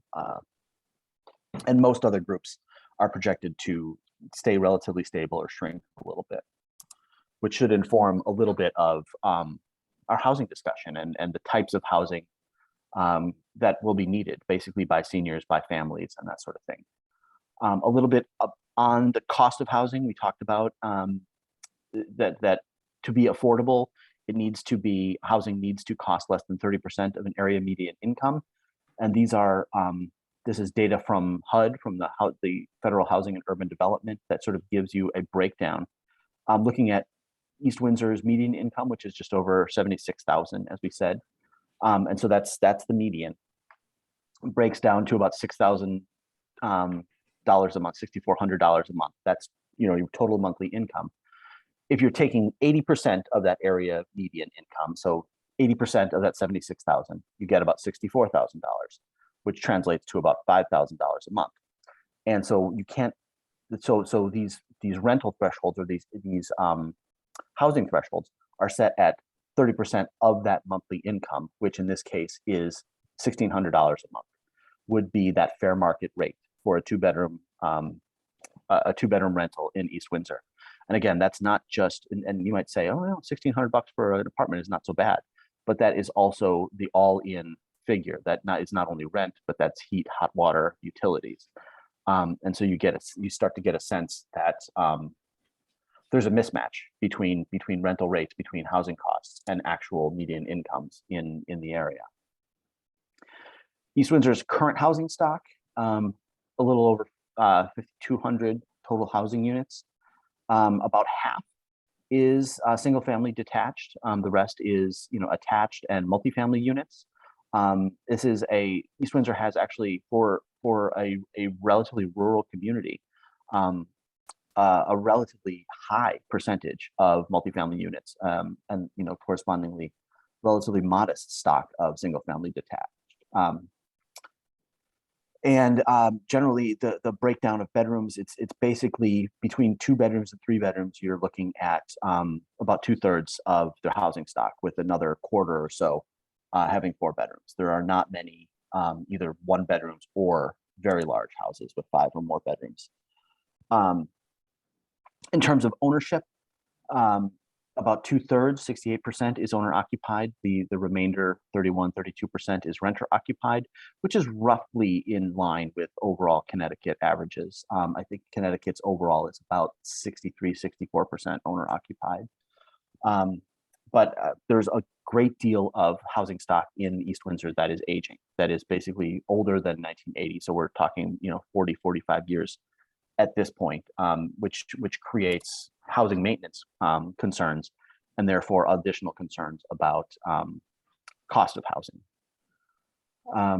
Housing has been basically, since the crash of 2009, 2010, has been relatively quiet, with an unusual spike in 2018. And I'm sure those of you who've been on planning and zoning could probably explain that pretty well. But basically for the last 10, 12 years, housing growth in East Windsor has been relatively quiet. Getting into the actual affordability numbers, as we said at the beginning, the state sets this threshold for the Affordable Housing Appeals Act at 10%. East Windsor has exceeded that. It is one of less than 30 municipalities in the state that exceeds their state threshold. The number is just under 14% in East Windsor, and of that number, the number is the total. Oh shoot, it's I think you're around 800 total units, and of those, almost all of them, 80%, are government assisted, which is largely made up of the Park Hill housing complex. And so when we talk about senior and disabled housing, that's what we're talking about. Those are affordable units. However, you do have over 100 mortgages.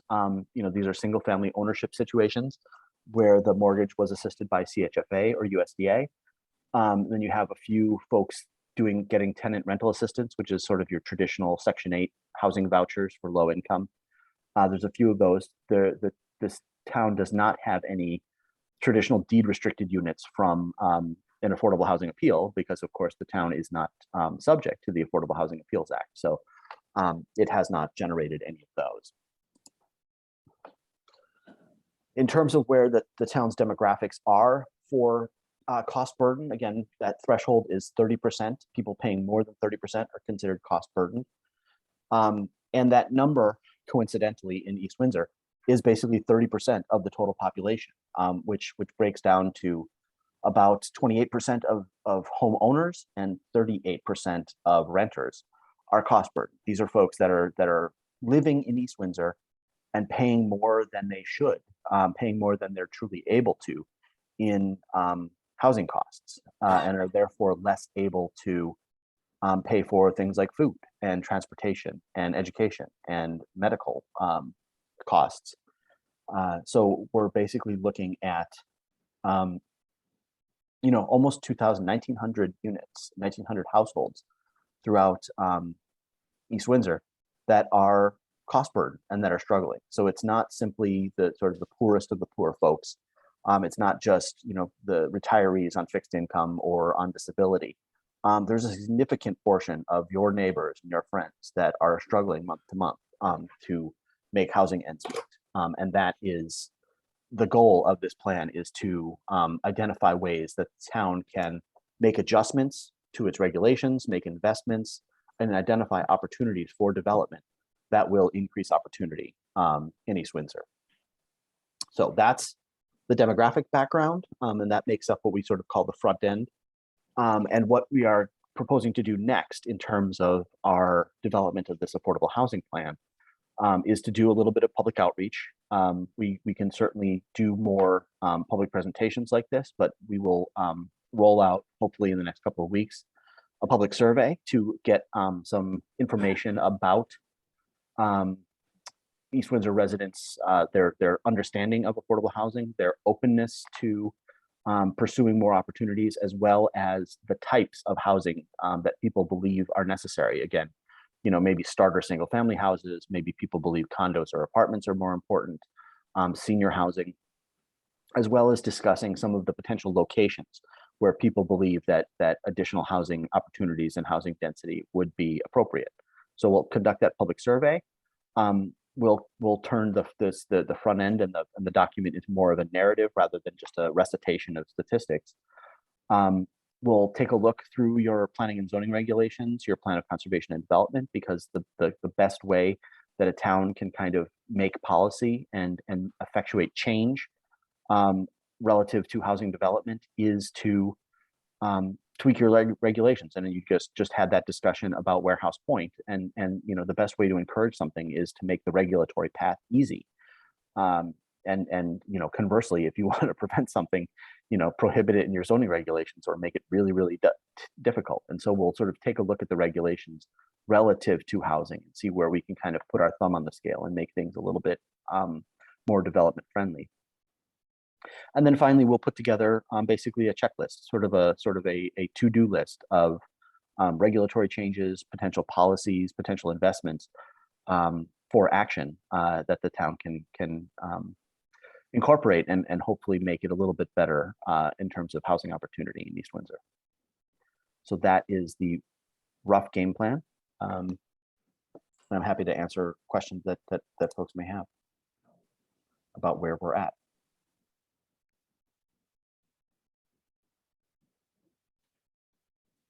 Questions?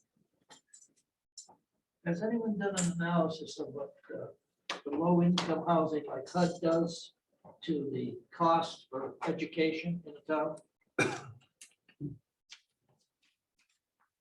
I'm sorry, cost of housing versus cost of education? Yes, for the very low income people, the government subsidizes all their costs. Because our cost per pupil in this town is higher than many surrounding towns. And it's because we have a low income housing where some of the residents have children that have special needs. And if we don't, by law, if we don't provide for those special needs, we have to provide for them, or we have to send them out of state for perhaps $80,000-$90,000 a year. So our cost per student in East Windsor is high, with our 13% of low income. And if we provide more, I'm concerned about what it will do for the cost of education. And secondly, when someone goes to build in a town or live in a town, what do they look at? They look at their schools. How are the schools? Are the schools in good shape? Are the schools reputable? Or what's their graduation? What's their college admissions, etc. So we have to take into consideration, to provide housing for people that can afford it, but we also have to be very careful not to provide housing for people that can't afford it, just giving it away. I also think that is reflected in taxes too. Property tax, So, because I the just, cost of education is high, the property tax becomes high.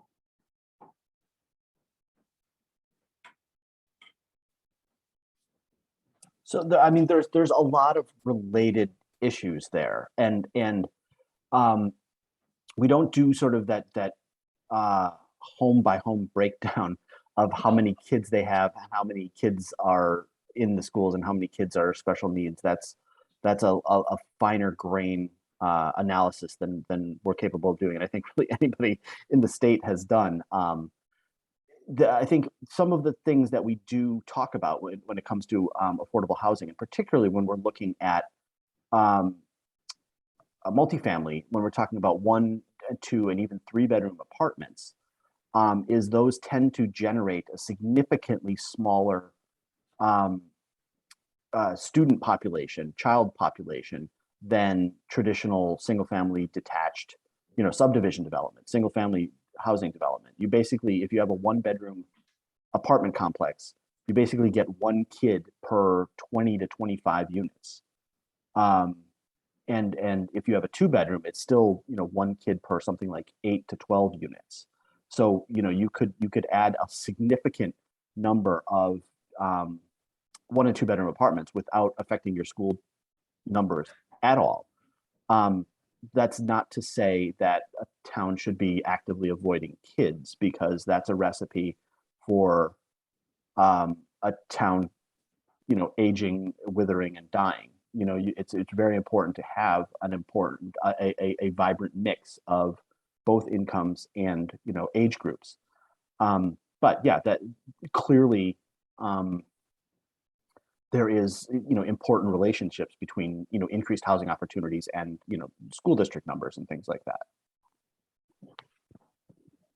I'm not advocating not having low-income housing, but I'm advocating we have to be discreet on how much and how low we want to go in terms of affording these people living in our community. I'm much aware when they built the Scannick Glen over here, all those apartments, at that time they were built, there was only three kids that were going to our public school, which was astounding. But that's not the, I hate to use the word class, that's not the people that are living there are commuting, they're 1 and 2 people living together, they're young, 25, no kids, and they're commuting to Hartford, Springfield, or where to work. That's not I'm all for that. We have to be careful on what we allow for low income, in my opinion. I think the other thing that's worth mentioning, particularly because East Windsor already has almost 14%, the goal of the plan, I mean, I think, I don't know, John will freely disagree with me if he does, but the goal of the plan really is, and the long and short of it is just to make housing more affordable. Yeah. There's a lot of ways that you can do that, but if we take steps to make housing more affordable, however that may be, age restricted, whatever it could be, the types of units, right? Maybe we create regulations to encourage small units, 1 bedroom or mixed 1 and 2s in certain areas. There's a whole list of things that we can do. It could be, the other thing that we hear a lot in a lot of the towns that we're in is this idea of basically the death of the starter home, right? You can't buy into a community, put some sweat equity into that cheap house on your street, and then turn it over in 10 years and make a nice profit and move on, because all the entry-level housing is becoming so expensive that step is gone. So one of the ways you can do that, I think Old Saybrook was one of the towns that was recently talking about it, is looking at capping the size of a house size in certain zones. So you can only build a house that's this big. Yeah. And that will control population, but it'll also, if the house is only 1,500 square feet, it'll only be so expensive to build, which means the price will be lower and people will be able to move in, and they're only going to allow certain expansions of certain structures so that they can't triple the size of a house, buy a little ranch and turn it into so there's a whole ton of things that we can do. Put energy efficiency kinds of things into zoning or into an affordable plan, because a big part of the cost A is good your. example of that is Enfield. Enfield, when Roger Starr was building $10,000 and $12,000 houses, they built school after school after school. So everybody bought a starter home. They moved out. Now look, we got schools that are empty. So you have to be careful. John, have any of the towns talked about increasing the efficiency of housing to decrease the utility costs? Like you have a lead building that's water and electric, and that in turn could reduce utility costs, which would then free up operating expenses.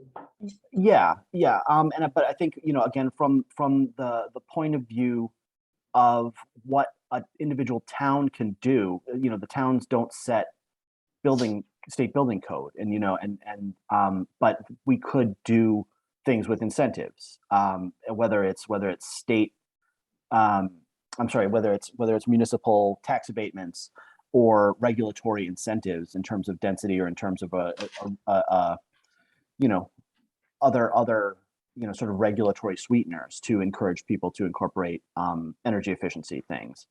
You could on a subdivision basis or on a special permit basis, sort of mandate some of these things, but planning and zoning's hands are a little bit tied when it comes to stuff like that, because that usually falls into the realm of building code. But just for planning and zoning, or is it for the town as a whole? It's for the town as a whole, and actually, most municipalities, I would say, probably 2/3 of municipalities actually have this process run through the Board of Selectmen rather than planning and zoning. The state statute just says the municipality shall adopt without clarifying beyond that. But most municipalities, do it through Board of Selectmen or planning and zoning, because obviously planning and zoning, you guys are the ones that adopt the plan of conservation and development. But yeah, it can be, it's sort of, again, a pretty wide open, self-defined process, town by town. And the one other thing I would just add to your conversation just earlier about, there's a whole range of different actions or different ideas that a town can bring to the table. And in the case of East Windsor, almost all of your affordable housing is, senior and disabled, government assisted, and not that many households have taken advantage of CHFA or USDA mortgages, which is a really powerful tool that costs the town nothing. These are state and federal programs, and they get people into an ownership situation. That people are buying properties, they own them, they're setting down roots in East Windsor and contributing to the community, while helping the affordability numbers in East Windsor. And so just promoting that, doing more to work with the real estate community, with the lending community, and with potential home buyers to know that these programs are out there, could really increase the affordability numbers in East Windsor. And again, at no cost other than a little bit of public information and promotion. There's not gonna be any affordable housing till the fall first. That's the market's waiting. I think in some cases, people are, large scale are still finding, that they can make larger projects work. But I think immediately, there's a number of places that have stuff in the hopper, but I think the most recently approved projects are kind of on pause. Because things are just so expensive, between fuel, lumber, and everything else. Every day. Yeah, I think at this immediate moment, But as John mentioned, something like a CHFA or USDA mortgage, it's an important, that qualifies towards the 13 and change. So the idea is it allows them to buy a bigger house, as you mentioned, and they can hopefully stay here longer because they're able to buy a house that they can live in, rather than, sizing out of it in 3 or 4 years. So there may be things that we recommend related to regulatory changes. There may be process changes. There may be education and outreach. There's going to be a bunch of stuff. It's not all going to be, here's how you need to change the zoning regulations. Because it's really a number of different components of the community that will need to kind of get in line. It's changed. Well, thank you for the update. Very interesting and helpful. Thank you. Wasn't West River Farm supposed to be affordable housing? 250 and 300. Going on scanning. It never got built. Or No, it's being houses. built. Oh, they're still building out there. They'll be building, the way they're going, they'll be building for the next 30 years. But those were supposed to be smaller, cost-effective houses. Like Newbury Village has been going on for 20 years. Still selling. Newbury Village, the cheapest one is 4 something. Yeah. Wow. So, For a retirement home, because that's, For 2 bedrooms. yeah. So when I came here planning and zoning for my house, by building 20 years ago, that was on the agenda. That was 20 years ago. Still building. Oh, Newbury Village. Newbury Village. Well, Mike, how often does the state look at that affordability number in terms of? The value, here, they adjust it yearly. Do they? So they have a value. If you run the number and there's a low income limit, and so if your community falls above that, you then default to the statewide low income limit.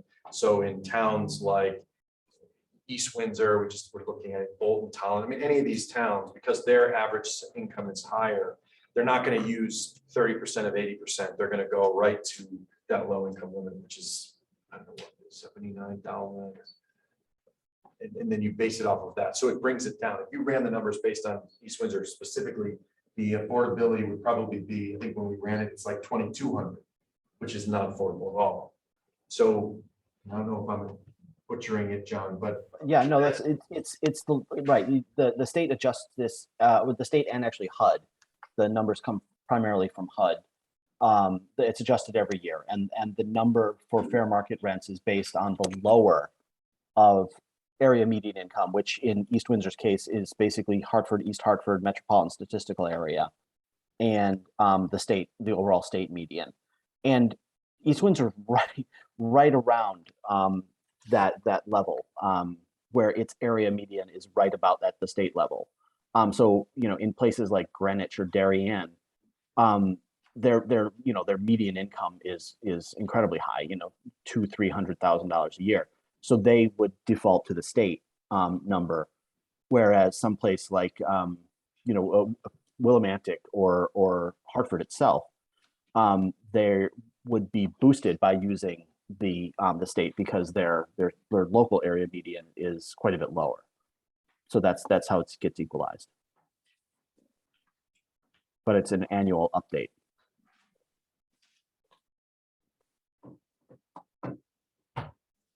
So where we are is you're continuing to work on it, and we'll see a survey next.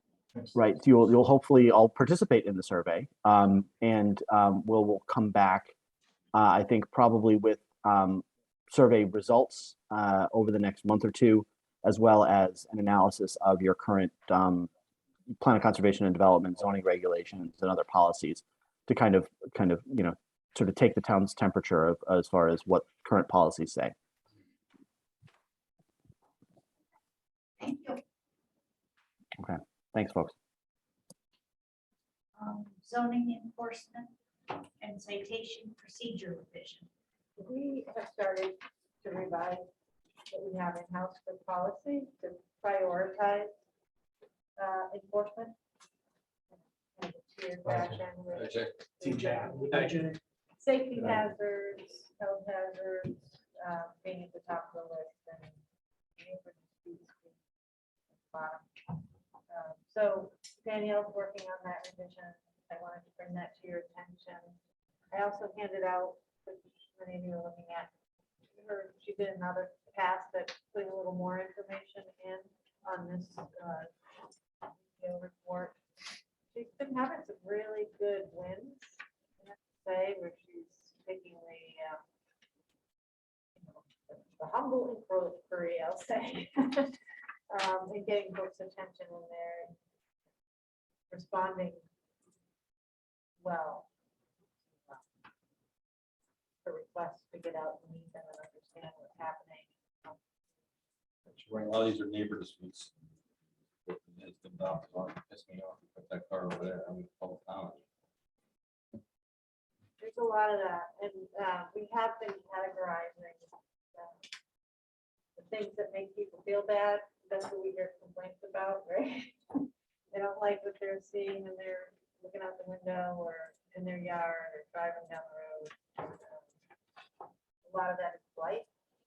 So we've got a draft blight and property management ordinance that's on deck to go for the Board of Selectmen for review. Do we have a blight ordinance?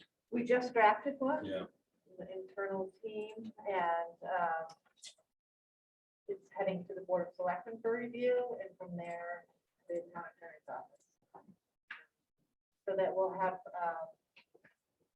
stronger teeth, to approach some of the issues that aren't really zoning. Some teeth in here. How about the dealerships, the car dealerships parking all over the grass and see all over the place? I know. It's just sweet. It's a whole other- Yeah, it's a whole other- get out there. it's on the list of things to do, Yeah. and it's a very long list. Laugh, you could watch me in the office. Like, how did that get on the agenda? I put it, I did it. At least there's a blight ordinance getting into effect now. What my colleagues Yeah. would say, Windsor would come in and they would clean this, send the town guys and clean the stuff up and then send them the bill. Whoa, That's what they would do. no, that's a blank code. That's blight, that's what they do. You don't have to use the town guys, but you Yeah. can. That's what Windsor is doing. Well, Windsor's got 70 people, know. I have right? to I'm just say, saying. yeah, when I was living in Rocky Hill,